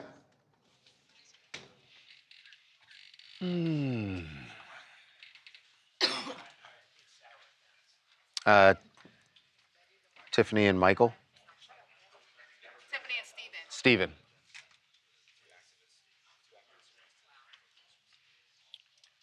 There's a couple in Florida that is, they have filed a very unique lawsuit against an IVF clinic because they had a child last month, but as you can see, they were quite surprised to find out that they had a black child. So there's an explanation for this. Right. So they implanted an embryo in the mother, and it was the wrong embryo. The clinic, and so they filed this lawsuit against the clinic, the IVF clinic in Orlando, saying how they're concerned. Obviously, one, they got the wrong embryo, but they have embryos that they gave that the clinic is holding. Now they're concerned. Somebody has their child. Did somebody else get implanted with their embryo? And then there's also the matter of who are the biological parents of the child. They are now, by the way, they are raising this child. Tiffany and Michael are raising this child. And so it's interesting. Every day they're getting... Yeah, they're bonding with the child. Bonding with this child. And the interesting thing is, if they find the actual parents of this child, what do? They're bonding with this kid. But at a point, you have to give the kid over to the natural parents, right? Tiffany and Steven. Sorry, I said Michael. Tiffany and Steven. You have to give the child over to the natural parents, and they're bonding. But hold on, you're also assuming that because this is all done through an IVF clinic, the biological parents, they had embryos that are being held by the clinic, but maybe they didn't want to have a child right now. What if they didn't want to have a child for another, I don't know, 3-4 years? Kids that didn't want to have a child right then. Yeah, well, but that's... Do they have to give the baby? That's improbable. Do they have to give the baby back, or they get to keep her? You know, it's interesting because for adoption, they have, like in California, because I know somebody who went through this and it was horrendous, where the birth mother, the actual mother, has a 6-month window to say, I want the child back, even if the child is adopted. And I know a couple that adopted a child, and almost 6 months to the day, they said, I want the child back, and they had to give the child back. So that may happen, and may be the equivalent here. What if this couple, well, I mean, look, you're right, if they didn't want a child, but aside from raising, I mean, she carried this child. I would keep the baby. Well, but you may not be able to. I mean, wait a minute. Wait a minute. Let me ask you something. You keep the baby. Suppose I'm the actual biological father of the child. Gross, and, but okay. Well, okay, hold. Okay, he is. Okay, more accurately, less gross. More accurately, Yeah, and also more accurately, Charles is. And he says, I want this child. It's my child, and I know you bonded with it, but it's my child. You would do what? I guess if the law said I had to give it back, I would, but if not, let's say let's say it's unclear. Would you willingly give the child back to Charles knowing it's his kid? No. You wouldn't? No. Because this is She's your mine. child. I put in all the work. You put in the work, you bonded with her, she's bonded with I you. have no problem with like adoption, so it's like I'm cool. No, I know, but this was not an adoption. No, this I was know, but I'm saying like I would raise it. anyone's child. If someone came to me and was like, "Here's a baby Devin? that I can't take care of," I would take it. No, I understand that. But if somebody says, that's my child, this was a screw up, I want my child, you would still say no. I'd wait for them to have to tell me to give her back. But you wouldn't do it willingly. No, hell no. Wow. Did you see how cute she is? I just wonder what is happening with the biological parents. Did they have a child? In other words, maybe they got an embryo also, one of their own, that they are raising, not knowing that one of their other embryos... they're going to know. You're saying they're if actually raising But you're saying if it happens to be a black child. I'm saying the biological parents of this child right. could also, at the same time, have had a child of their own with a proper embryo. Right. And they're just going through life saying, we've got our baby, you're saying it's not knowing that there's... So you're saying it's a different embryo, they're actually two kids. Yeah. Right. And they have, suddenly they have two kids. The scenarios here are wild. Hi, Christina from Houston. As someone who's adopted, this whole thing is just like a mess. And I get why they're wondering if their biological baby is out there. But at the same time, you can't just swap babies around like their paperwork. I mean, it's real people with real bonds that are already forming. And you don't want to create more abandonment issues that are already there for being adopted in the first place. And so it's turning into a real legal versus moral question pretty fast. Yeah, no, you're absolutely right. There's as much a moral question as a legal one. Every single day that they don't have the answers, it gets more and more difficult. Okay.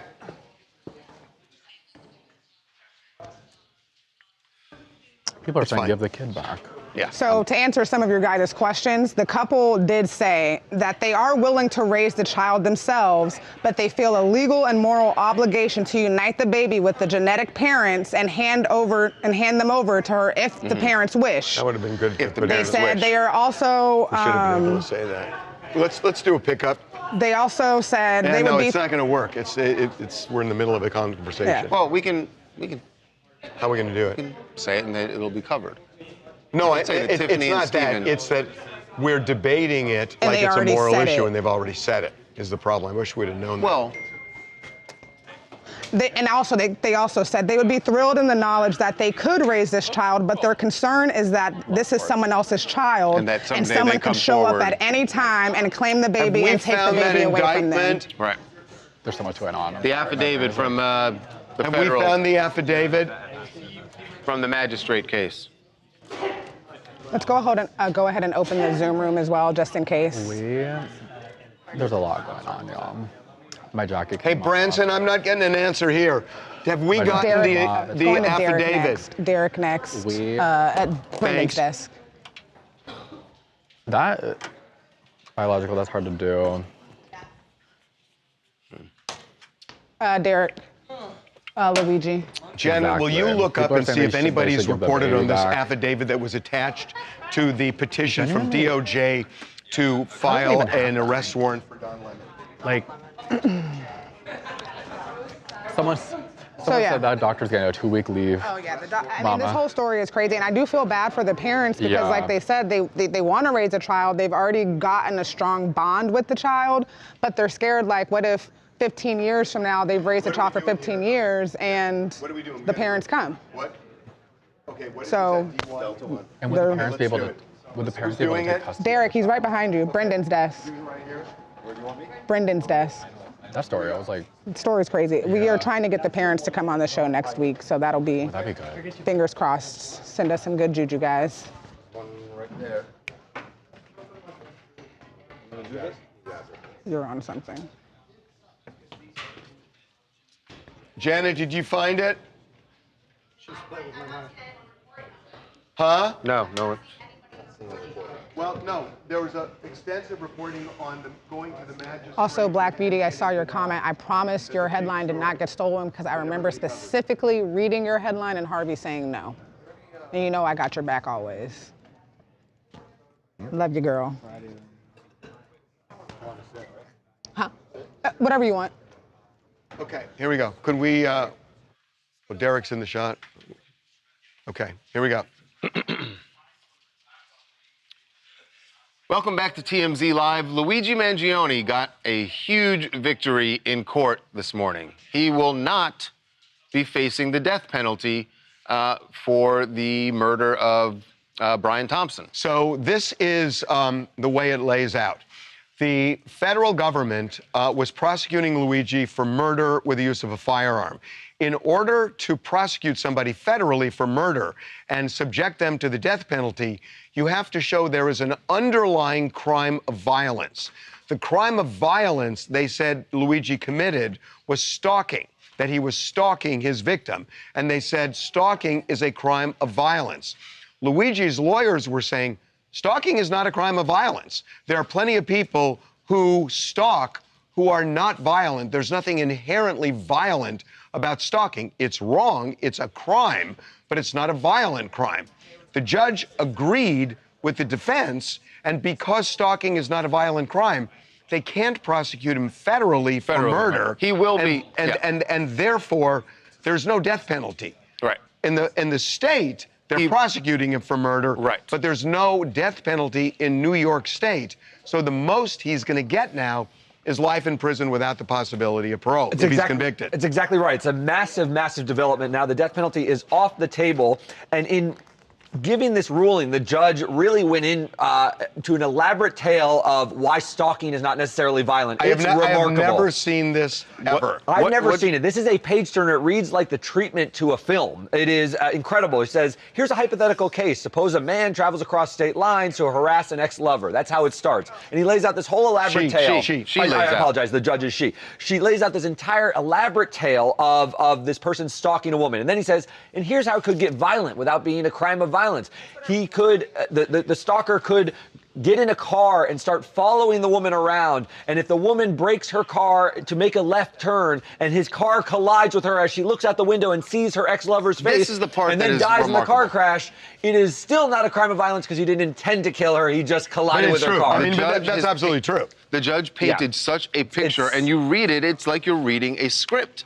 I'm waiting for like the director's notes to say, all right, zoom in here, music swells. They could have cast this. It is, I mean, you just see it. Never seen this. It's almost like the judge is ripping a page out of something she knows. It is remarkable.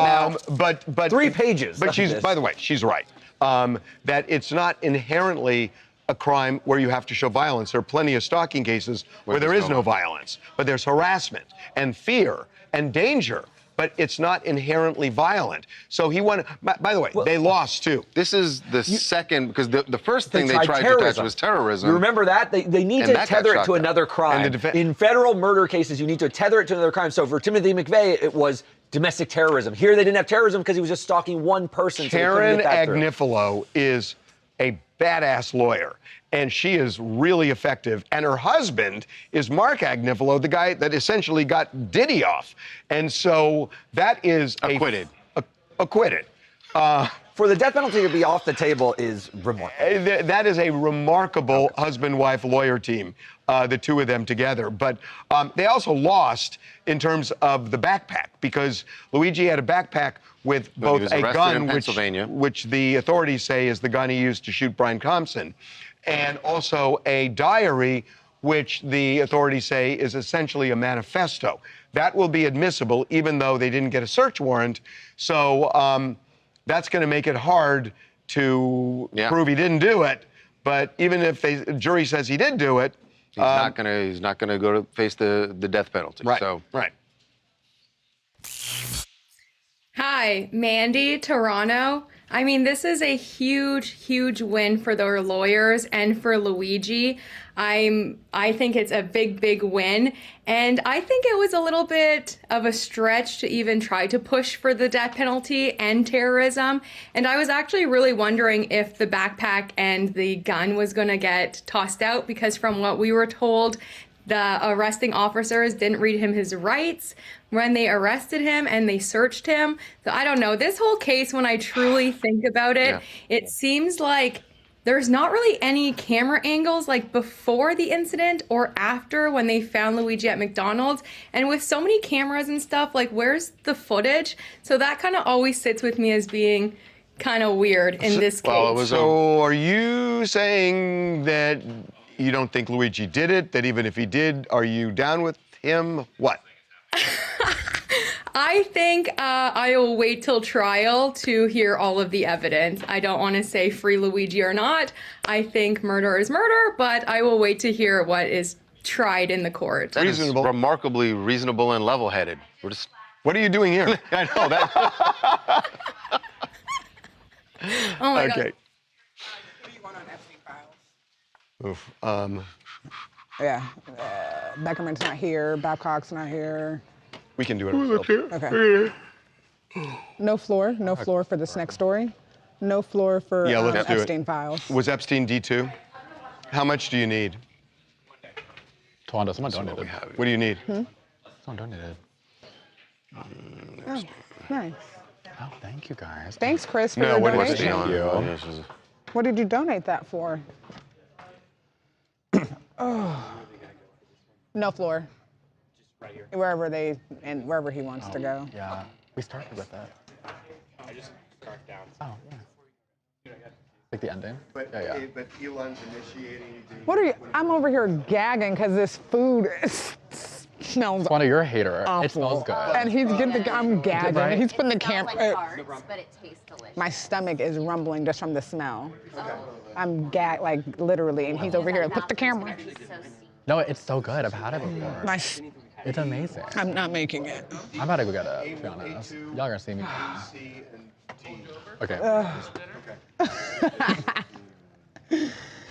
Yes, guys. Okay, yeah, we got to go right now, Charles, because he's going to leave. We are rushed. A lot of facts in this. I don't think we should rush this because, do you know? I mean, there's a bunch of stuff in here. Are you talking? We didn't write it. Wait a minute. Are you talking about Epstein? No, I mean, are you talking the Trump thing or the? Yeah, we know that one thing. There's a bunch of other stuff in here. Mm-hmm. This is gonna be where A1 is too. For the interview, A1's the interview. Caller alleged party guests included Elon Musk, Donald Trump, Von Dershowitz, Bob Shapiro. Bob Shapiro? Caller claimed Trump measured presenter in the finger. I mean, you can't say that anyway.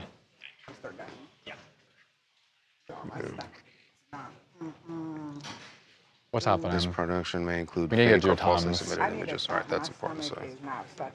This smell. DOJ said that. Ugh, I didn't eat any. Okay. I didn't eat either one of them. It's just the smell. All right. Here we go. The That's A1 right. side? Because where we were standing, it was where we Oh, were gonna be right, for right, A1. right. Okay. Here we go.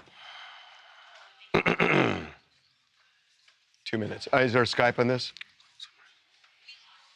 Okay, here we go. Well, after more than a month after the deadline for the Epstein files to be released, the Department of Justice came forward today with a bunch more from the files. I don't think this is everything. They're still going through all of it. But millions, millions of documents. But there are some breathtaking headlines in this, including, and again, what they're releasing here is everything that the feds have related to Epstein. It means they're releasing all the tips that they got. They're releasing things that they investigated. It does not necessarily mean that any of it is true, but they want everyone to know that's what they have to, by law, do is release everything in the files. One of the biggest we saw in the files was a tip, an anonymous tip they got from someone claiming that their friend, when she was underage, was forced to perform oral sex on then Donald Trump, not the president.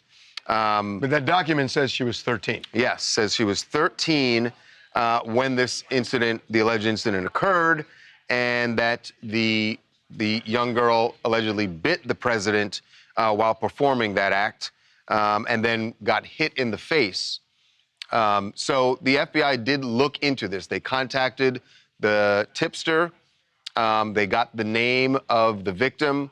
And then all it says in the file is that this information was forwarded to the Washington office for further investigation. Do we, one thing I didn't see, did we know the year the allegation was made? It does not say. Because I do think it's relevant to know, was he president at the time? Was he not running at the time? It says approximately 35 years ago, right? But that's when it happened. That's when Yes. she says it happened. Right. But when did she interact with the FBI? That is not, there's not a date on the tip that I think came that's in. relevant in terms of credibility. Certainly. So yes. we don't know. And again, the White House Now- is saying, look, we don't, some of these things could be fake. So I should say the Department of Justice is saying Department of Justice. that, we are releasing everything, but some of this information may be false, may be untrue, may be already proven untrue.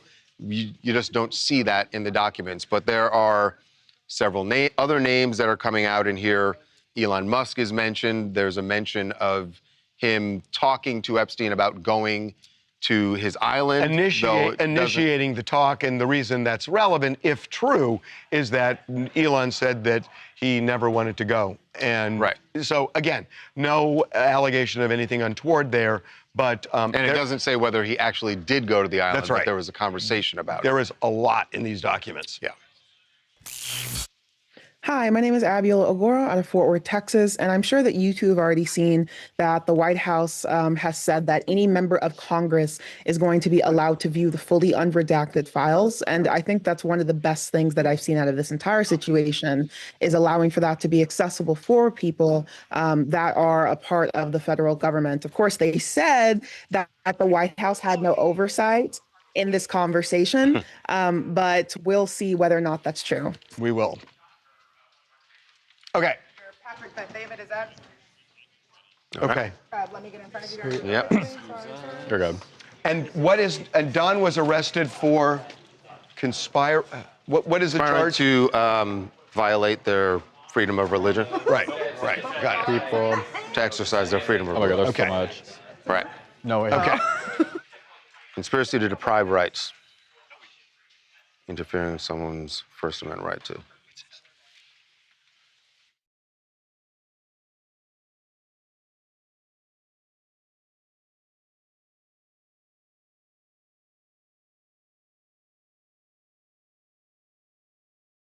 Hey, Patrick, it's Harvey and Charles. Thank you so much for doing this. We appreciate it. It's great to be on with you guys. Really appreciate it. Good to see you, man. Here we go. Okay. Welcome to TMZ Live. Don Lemon, as we speak now, is in federal custody, arrested last night for allegedly conspiring to violate the rights of patrons of a church, the freedom of religion that they practice by going into that church as demonstrators protested in Minneapolis, St. Paul. We showed you this video. This happened almost 2 weeks ago at the church in St. Paul. There was a protest. Protesters go into the church. Don and his crew follow them into the church and start interviewing members of the church as well as some of the protesters, including the pastor, who allegedly has some connection to ICE. And immediately after this incident, there were calls from the federal government. The Department of Justice said, we are going to go after him. They actually went to a federal magistrate who said, there's nothing here. Well, they said that there was insufficient evidence. Right, insufficient evidence. So they went to a grand jury, and a grand jury has now indicted Don. He was actually picked up in Los Angeles. He was here in L.A. He is here in L.A. to cover the Grammys. In his hotel lobby is where he was arrested.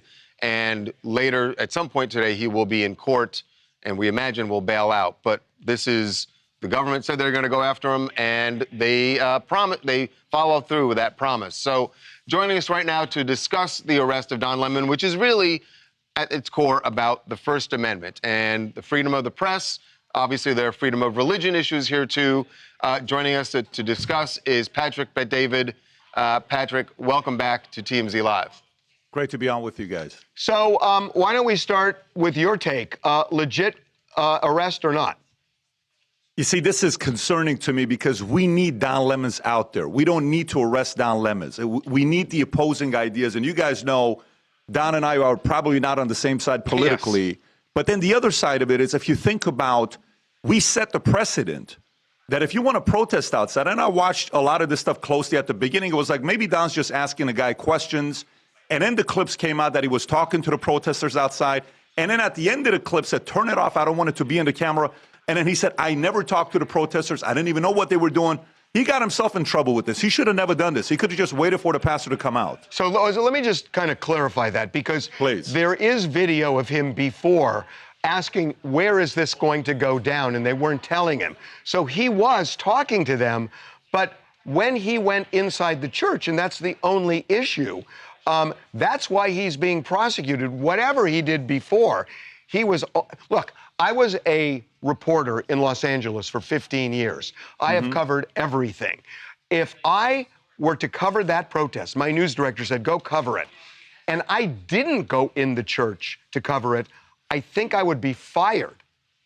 I think I would be fired if I didn't go in the church. Okay, so let me ask you this, Harvey. You've been around the block for a while. Who else, what person at his size, at his level of a name and credibility has done this?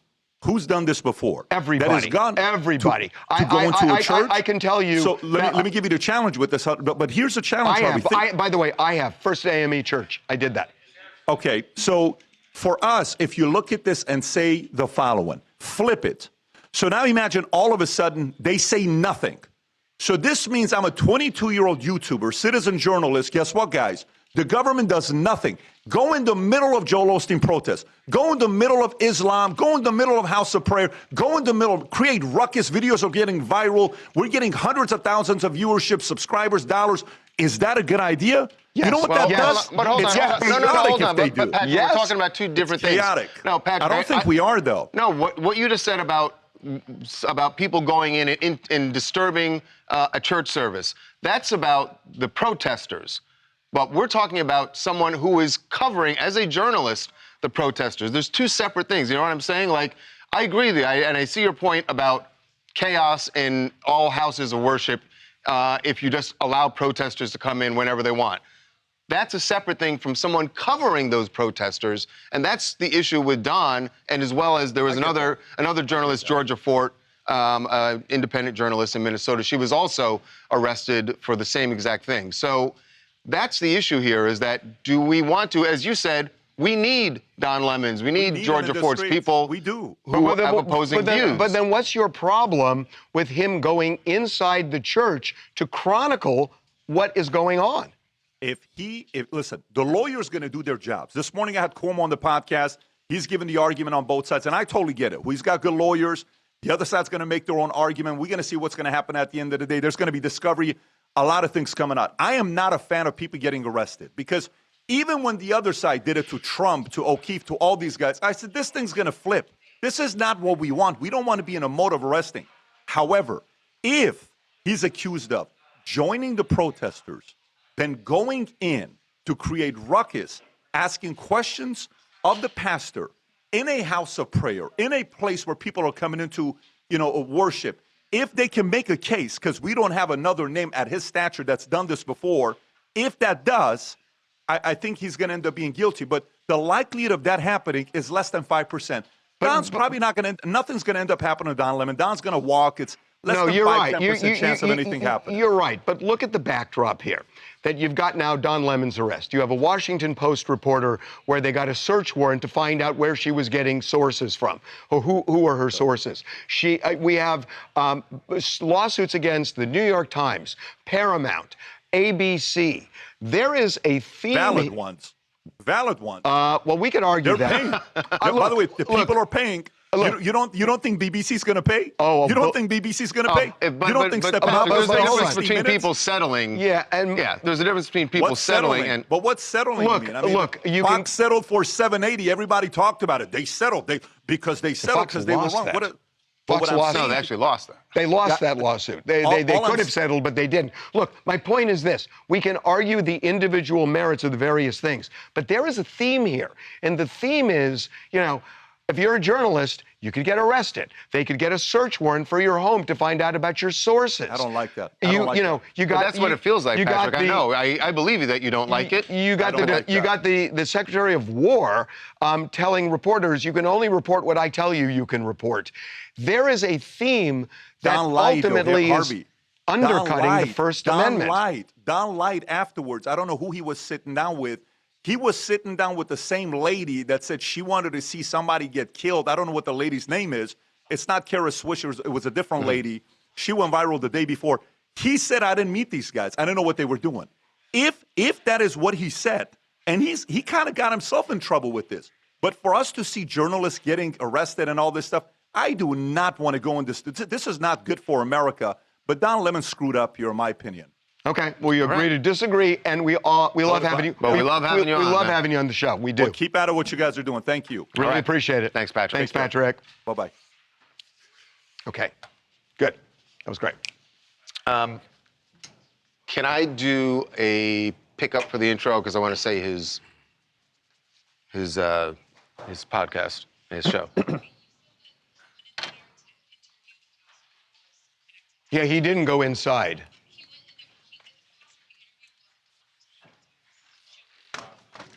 Right, he did interview a pastor, not the one. Right. So do an audio pickup. Yeah.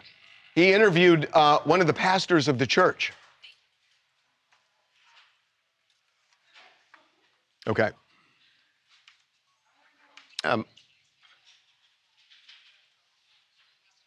That the reason. No, because yeah.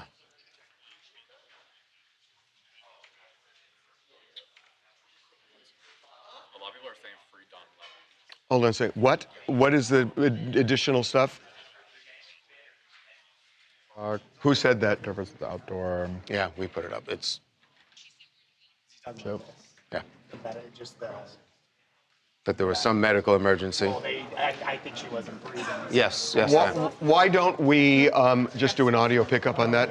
Okay. First, let me do the intro for Patrick Bet-David. So Tawanda, what's his show? Is this the Patrick Bet-David show? Janet, did you find that? PBD from the PBD. It's Joining what? us now, Patrick Joining us now to discuss this is Patrick Bet-David from the PBD podcast. Patrick, welcome back to TMZ Live. Okay, and real quick, here we go. We are told that she was rushed to the hospital this morning. She was having trouble breathing.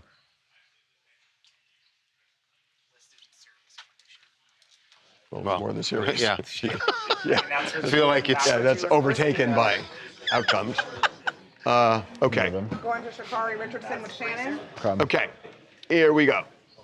This is... I have not seen this video yet, but... Is this F? Oh, Sorry, shit. Daniela Shannon. Where was she, where was this arrest? What state? Florida? They're excited. Orlando. Gotcha. Take your mask off. Ooh, that ring This is is true. glistening. Wait, Her boyfriend was? This isn't the airport Florida. thing? No. I mean, same boyfriend, but different thing. She got pulled over for speeding. This is the body cam video. Okay, here we go. Gotcha.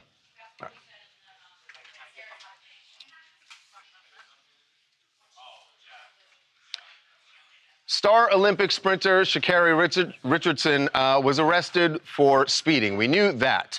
But now we've seen the body cam. This happened in Florida, and the body cam shows that Sha'Carri tried everything she could to get out of this. I mean, it's weird to say you're doing 100 miles an hour and you're trying to talk your way out of it. Like, at that point, you just go like, all right, give me the ticket. You got me. But this is the conversation that went down with the officer. And as we said, she tried. It did not work out. But here's her Olympic effort. I would wipe that smile off your face. I'm Sergeant McDaniels with the Orange County Sheriff's Office. You're being stopped for dangerous excessive speeding. I understand my tire at the back is like literally on 29. So you're driving at 100, hold on. You're driving at 104 miles an hour in a 65 mile an hour zone with subpar equipment, flashing people to get out of your lights, out of your lane, following too close, using every lane to pass everybody, cutting me off, passing a car on the inside shoulder with their hazard lights on. You're going to jail for dangerous excessive speeding. I'm so sorry. I did not mean to do that. My phone, I didn't even know my car was speeding.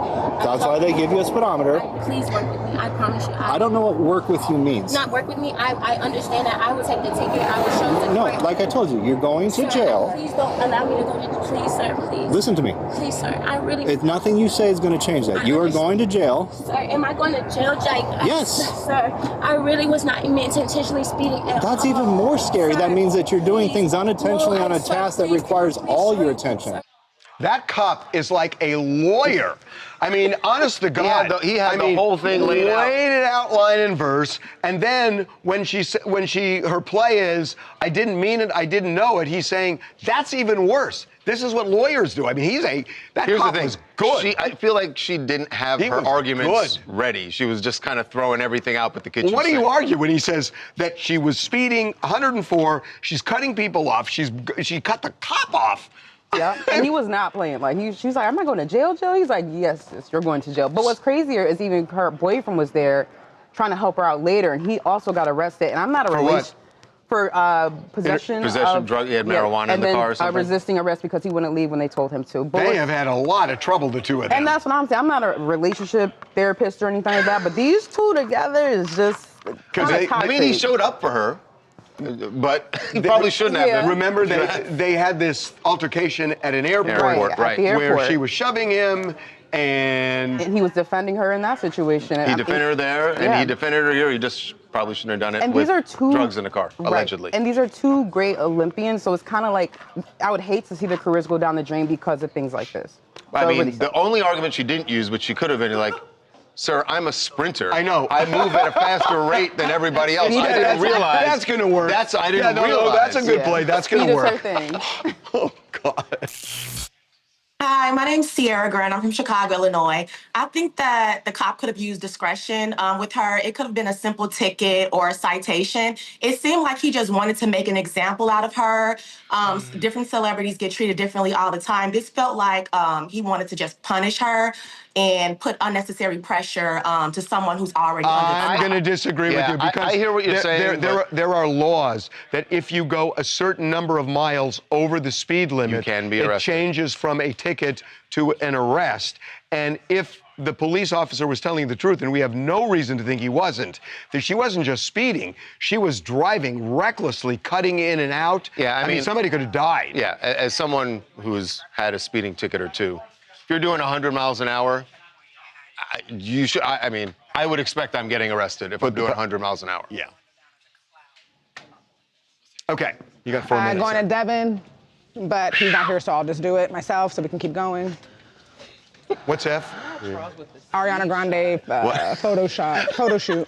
I just move. Everything's faster for me. I didn't realize I'm that a it was. sprinter. My foot just automatically. Okay. Thank you. Aiden, what are they saying? They're saying that it should have been a simple speed ticket. No way. I know. He was talking about. Mic's down or mic's up? That's fine. It's Okay. the indictment. You can leave it up. Can you make a What did you copy do? for me? Thanks. B2. Someone said he's trying to stop the Olympics. Hey, Derek.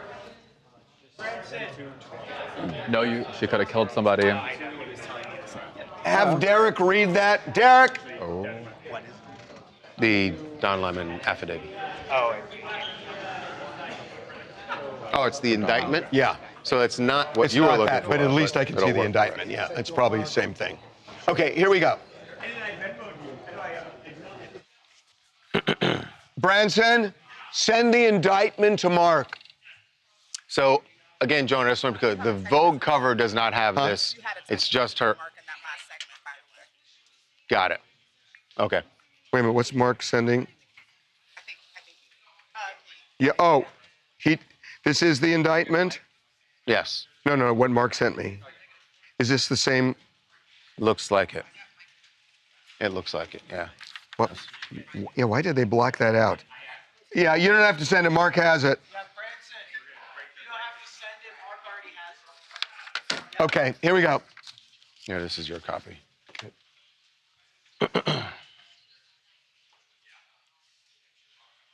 The Vogue cover also?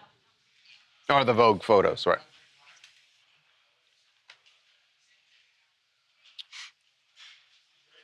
I can't figure out what Ariana Grande or someone on her team was trying to do with some photos that she took for Vogue. Obviously they were trying to promote the Vogue article and posted something on social media. I got this. But you think you know why she wanted to have 6 fingers instead of 5? I don't think she did. Well, maybe she did. So the Vogue photos, she only has 5 fingers because she only has 5 fingers. But somebody, when they took those photos and to put them on her social media, they was in the middle of a Photoshop. Right. What were they photoshopping? I don't understand. Obviously, her fans looked very closely, clearly, at the photos that she posted, and someone was like, why are there 6 fingers? Somebody did this to draw attention because attention is the currency of Hollywood. That's it. You think it was done intentionally? I think it was absolutely That they done left intentionally. it in there. Who does that? Who does that accidentally? Well, someone who didn't notice it. It's called a Photoshop fail. It happens. Right. It happens all the time. But why would you manipulate a second of 6 finger? Harvey, they were probably manipulating like the placement They of her didn't like hand. they didn't like where her pinky was, so they wanted it to be. But even if so, like, look, they may have been trying to like Zoom in here. get her a little tighter in here, and then something with the wall because the wall is also a little crooked. So they wanted that. You know, this wasn't. Attention. It's attention. You know, Pinky swear? maybe, yeah.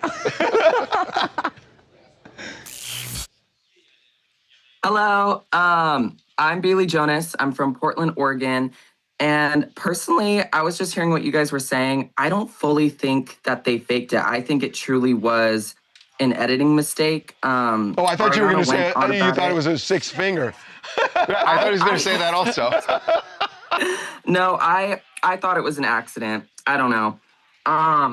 What I will say, though, I think it's really interesting that she used it to promote like an upcoming album. She was talking about how she's going to be releasing something and she's going to need a 6th appendage. I think that's really interesting because she was just, for Wicked, she was talking about how she wanted to go back to doing theater, doing live performances. So I thought she'd Can be I back you focusing up on for a that. second? Did you just say she has talked about a sixth appendage? No, after people noticed this. after. That was her making a joke about it. Oh, I get it. So I get it. Trying to play it off. Intentional. Okay, what else you guys want to talk about? Anthony Millian, South Carolina. I want to say what is happening to Don Lemon and the rest of these journalists is completely egregious and irresponsible. This is still America, and journalists should not be arrested for covering the news regardless of where the news is. Seems pretty basic to me. Well, I guess we're going to find out. One more.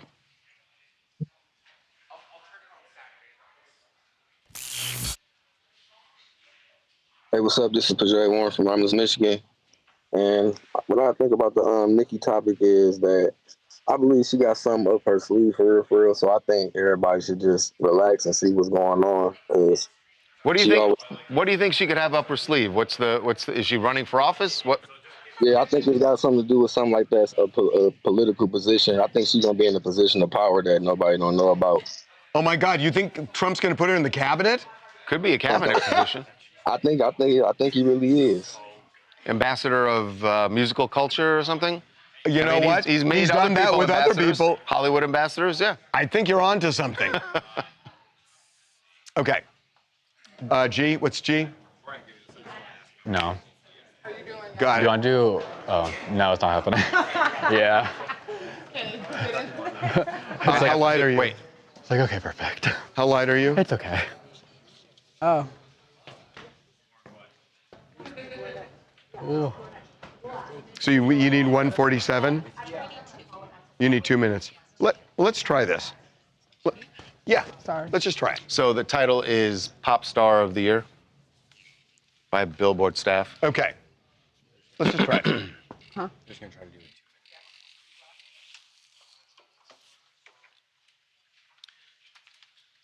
So we are just over a week away from Bad Bunny's performance at the Super Bowl halftime show, which for all sorts of reasons is going to get a lot of attention, and especially now with everything going on with the Trump administration, and we know that the president does not want to see him perform there.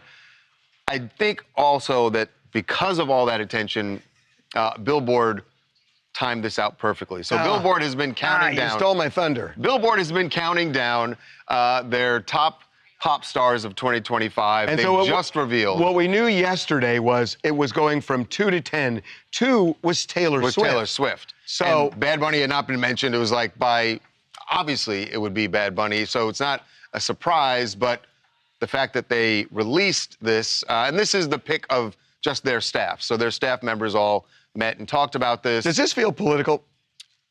Yes, definitely political. That the staff of Billboard wanted to make their opinion, their feelings about Bad Bunny known leading up to the Super Bowl. So let me ask you this. And that's why they You got a music. played the release. You got a music podcast with Eric. Yes, indeed. Okay. Get to the hook. Get to the hook. Check it out wherever you get your podcasts. So, thanks. Was it fair to put Taylor 2, or should Taylor have been 1 and Bad Bunny 2?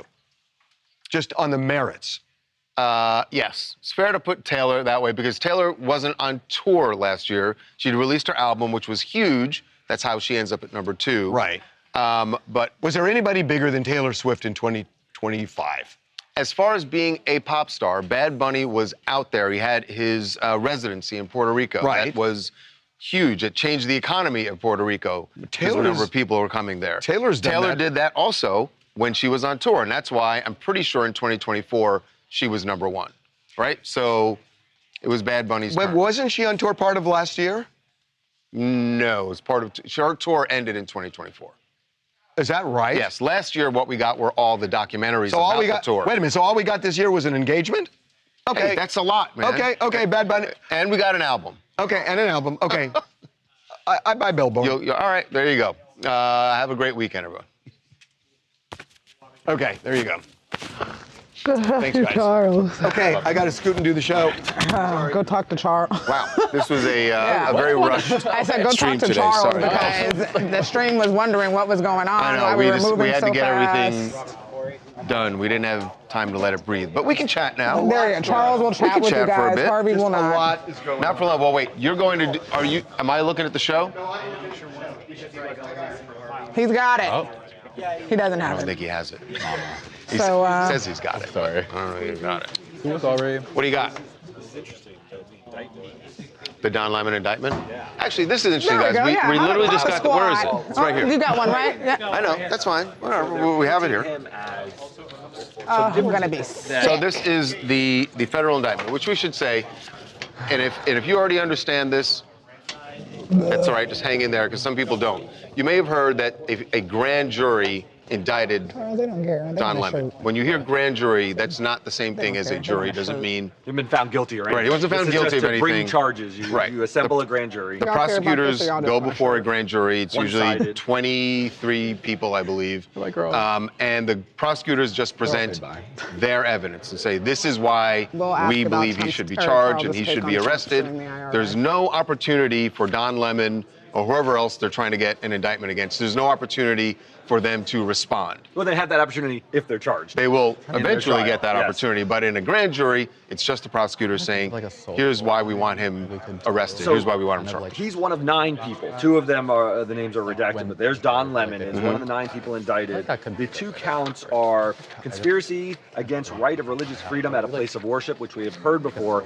What they are painting is that Don Lemon was not covering a news event. He wasn't covering these protesters who staged this sort of scene at City's Church. He was an active participant. They think he was part of the protest. And they lay out their case. When you have a conspiracy, you have to lay out overt acts. What specifically showed that he was in agreement, in cahoots with these people, rather than just running his camera? So just to be clear, you're going to read what they're saying here. Yep. When Don was on TMZ Live the day after this protest, what he told us was he had been informed by the protesters that they were going to be protesting something. Do you want to come and cover it? He said, yes. He shows up. He's already in Minneapolis. He shows up at whatever the location was where they said they're going to meet and starts talking to them. And yes, he did know before they went into the church that they were going to do that. He was there. He said he learned of the church part of this whole story when he arrived at the location. That's right. They call this a pre-operation meeting, according to this. But it was all started by someone's name, Nikema Armstrong and Chantel Allen. Those are the 2 people They who were came also up arrested. They were also arrested. They're indicted as well. And they came up with something called Operation Pull-Up. They posted about it on Instagram. They And talked so about that they wanted on people to come. Don's stream. They said this is Operation Pull-Up. They say that Don's first mentioned at the pre-operation briefing, which is in the parking lot where he's rolling his camera, where he was informed that the target of this operation was City's Church, right? Because they believe that the ICE administrator was also the pastor there. And they describe him going in, talking through this briefing, and they say that at points during the actual live stream where he's in there, or what they could see Don Lemon doing, he was telling his audience, we're going to head to the operation again. And this is Don Lemon speaking. We're not going to give any of the information away. And the prosecutors see this as operational details that would disclose where he and the co-conspirators were heading. So they're painting him as an actively in cahoots, not just following the action. If he wasn't part of the conspiracy, he would just follow it. He wouldn't say things like, we're not going to give away anything.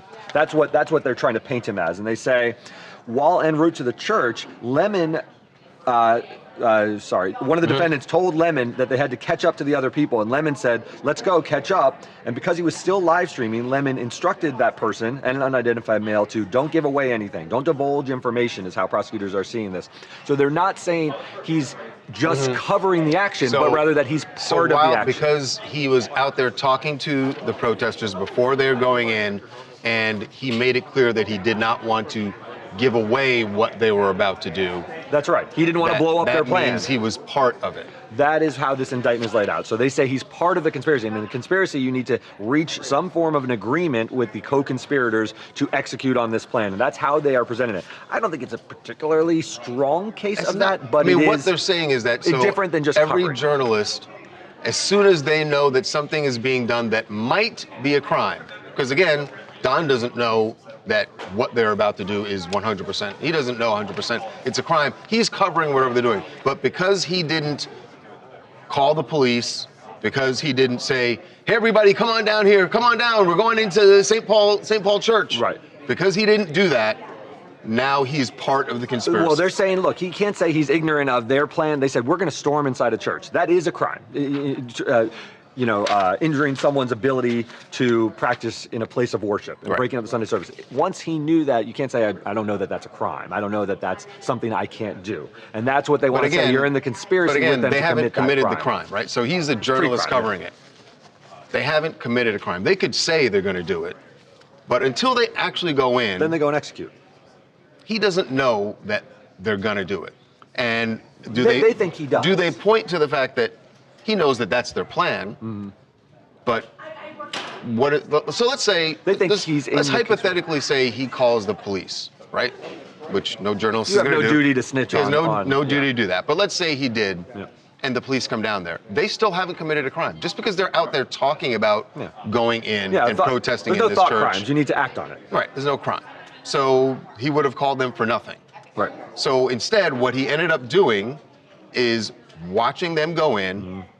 From everything I've heard, everything I've seen, they went into the church and started protesting. He came in after them. Okay, if that's and if he does that, then covering. I don't see. Then he's covering what's happening. Yes. I don't see where there's a problem there. Yeah, no, I think you're right. I think that's going to be the detail that people are going to pore over is, was he storming the church with the conspirators or was he just covering the event as it unfolded? And you're right, the live stream is going to tell that story in large part because he was rolling on this and he goes out of his way to say, I'm just covering, I'm not taking a side. You remember in the live stream, some people, that's going to cut in both directions. That's going to be people saying he's just covering his butt because he was part of a conspiracy or that he actually was just covering an event. It's interesting. It's painted in it's still ugly. It's still ugly to see. What's everyone saying? Someone said, if Don admitted this on the live stream, how can he defend his actions? Admitted what? Admitted what, Dhani fan? Admitted that he knew they were going into a church? Yes, because someone said he flew out there the night before because he was told what they were doing, so he knew. He says what he told us, and again, maybe there'll be other information that comes to light. What he told us is they told him they were going to protest, do you want to cover? He said, sure. That's perfectly legitimate to cover a protest. But he says he did not learn about the church element. This is what he told us the day after. He didn't learn about the church element until he showed up at the location that morning. So still, when he hears that we're gonna go, well, if they said we're gonna go rob a bank, so what he happens? Shouldn't cover that? He should cover it, but he shouldn't. rob a bank with that. Robbing a bank is they're saying slightly different, and also it is. All right, let's say that they made an agreement. Yes, we're going to rob this bank, and you can shoot footage of it. Why wouldn't he? Yeah. Why wouldn't he cover? Is he part of the bank conspiracy? Can't join the conspiracy. That's how they're going to paint it. They're going to say he's an active participant in this Operation Pull Up, even though he's a latecomer and he shows up to the pre-operation meeting. He learns of all of it and says, "Okay, I'm in." That's how they're going to.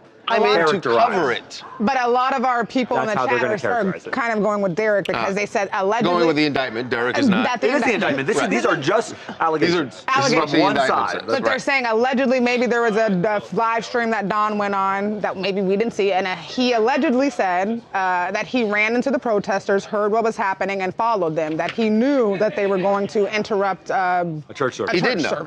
He did know. When he got there, they told him what they were about to do, Again, and he was like, he can know that they're going to interrupt a church service. He can't participate actively as a co-conspirator of the crime. Because if that is a crime, interfering with the church service, the people who he can't participate in it. They very well, by the way, the people who protested, I wouldn't be surprised if they do get convicted. That's right. It's criminal trespass. You are, this is going to be the argument.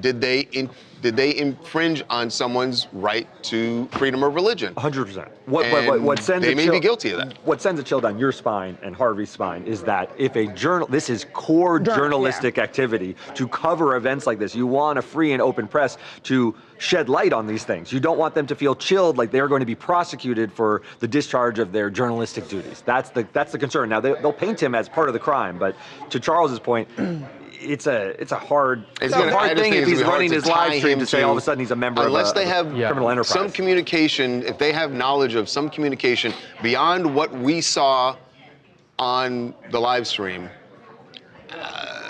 if they have that, then maybe they've got him. But based on what we all saw on the live stream, and even the fact that he knew before they went into the church that that's what they were going to do, I don't think that he's still a journalist covering it. Right. Yeah. There was a Guys, if journalist, this- a well-known journalist who was on Twitter, and they said a lot, but one point that stood out, kind of what we're talking about, was they said, if Lemon had stayed on the sidewalk, as every journo knows we must do when covering a story on private property, unless we have advance permission to enter, That's we not all true. deal with this. It's pain That's in the not neck, true. but to get permission sometimes, but it often means we miss the best picture. That person, But- and I know who you're talking yes, about. I know you know. I know.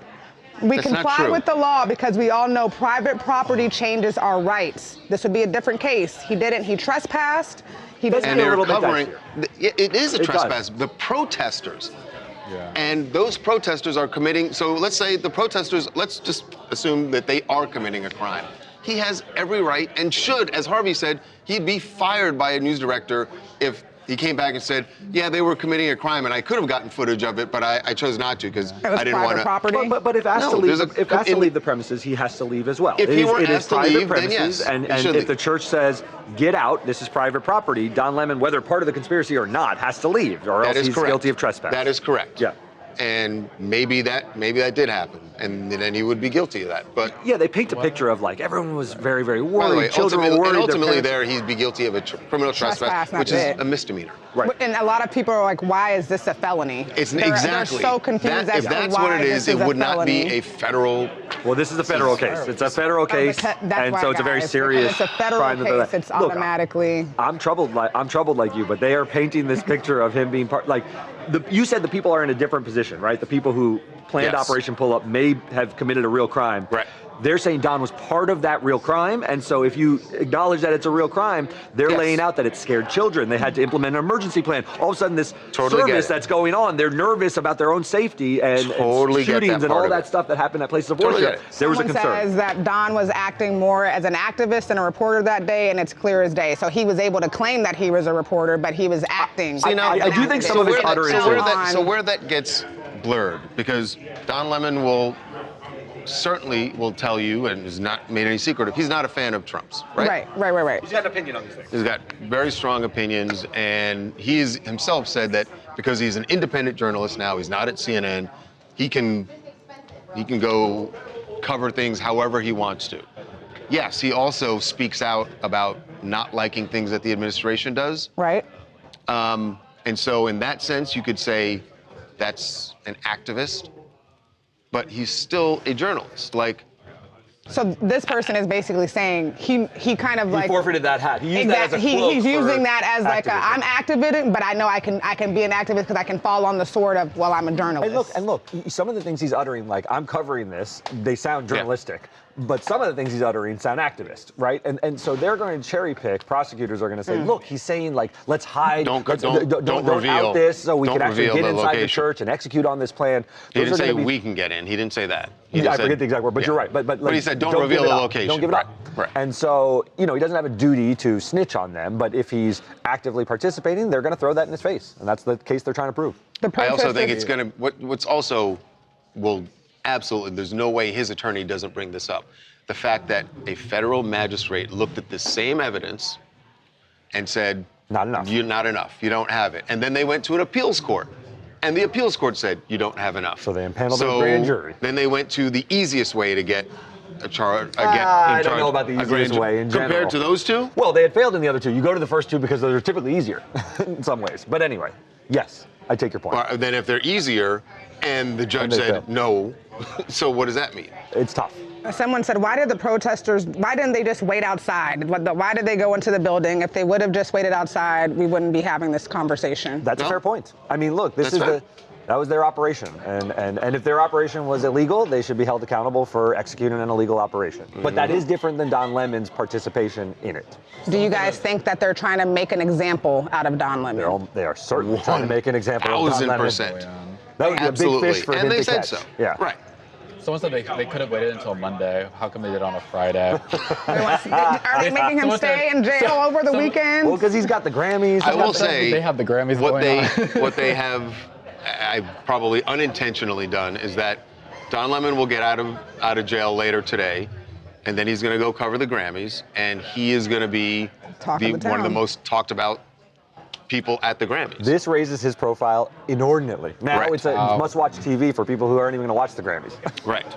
Sure, I would watch it.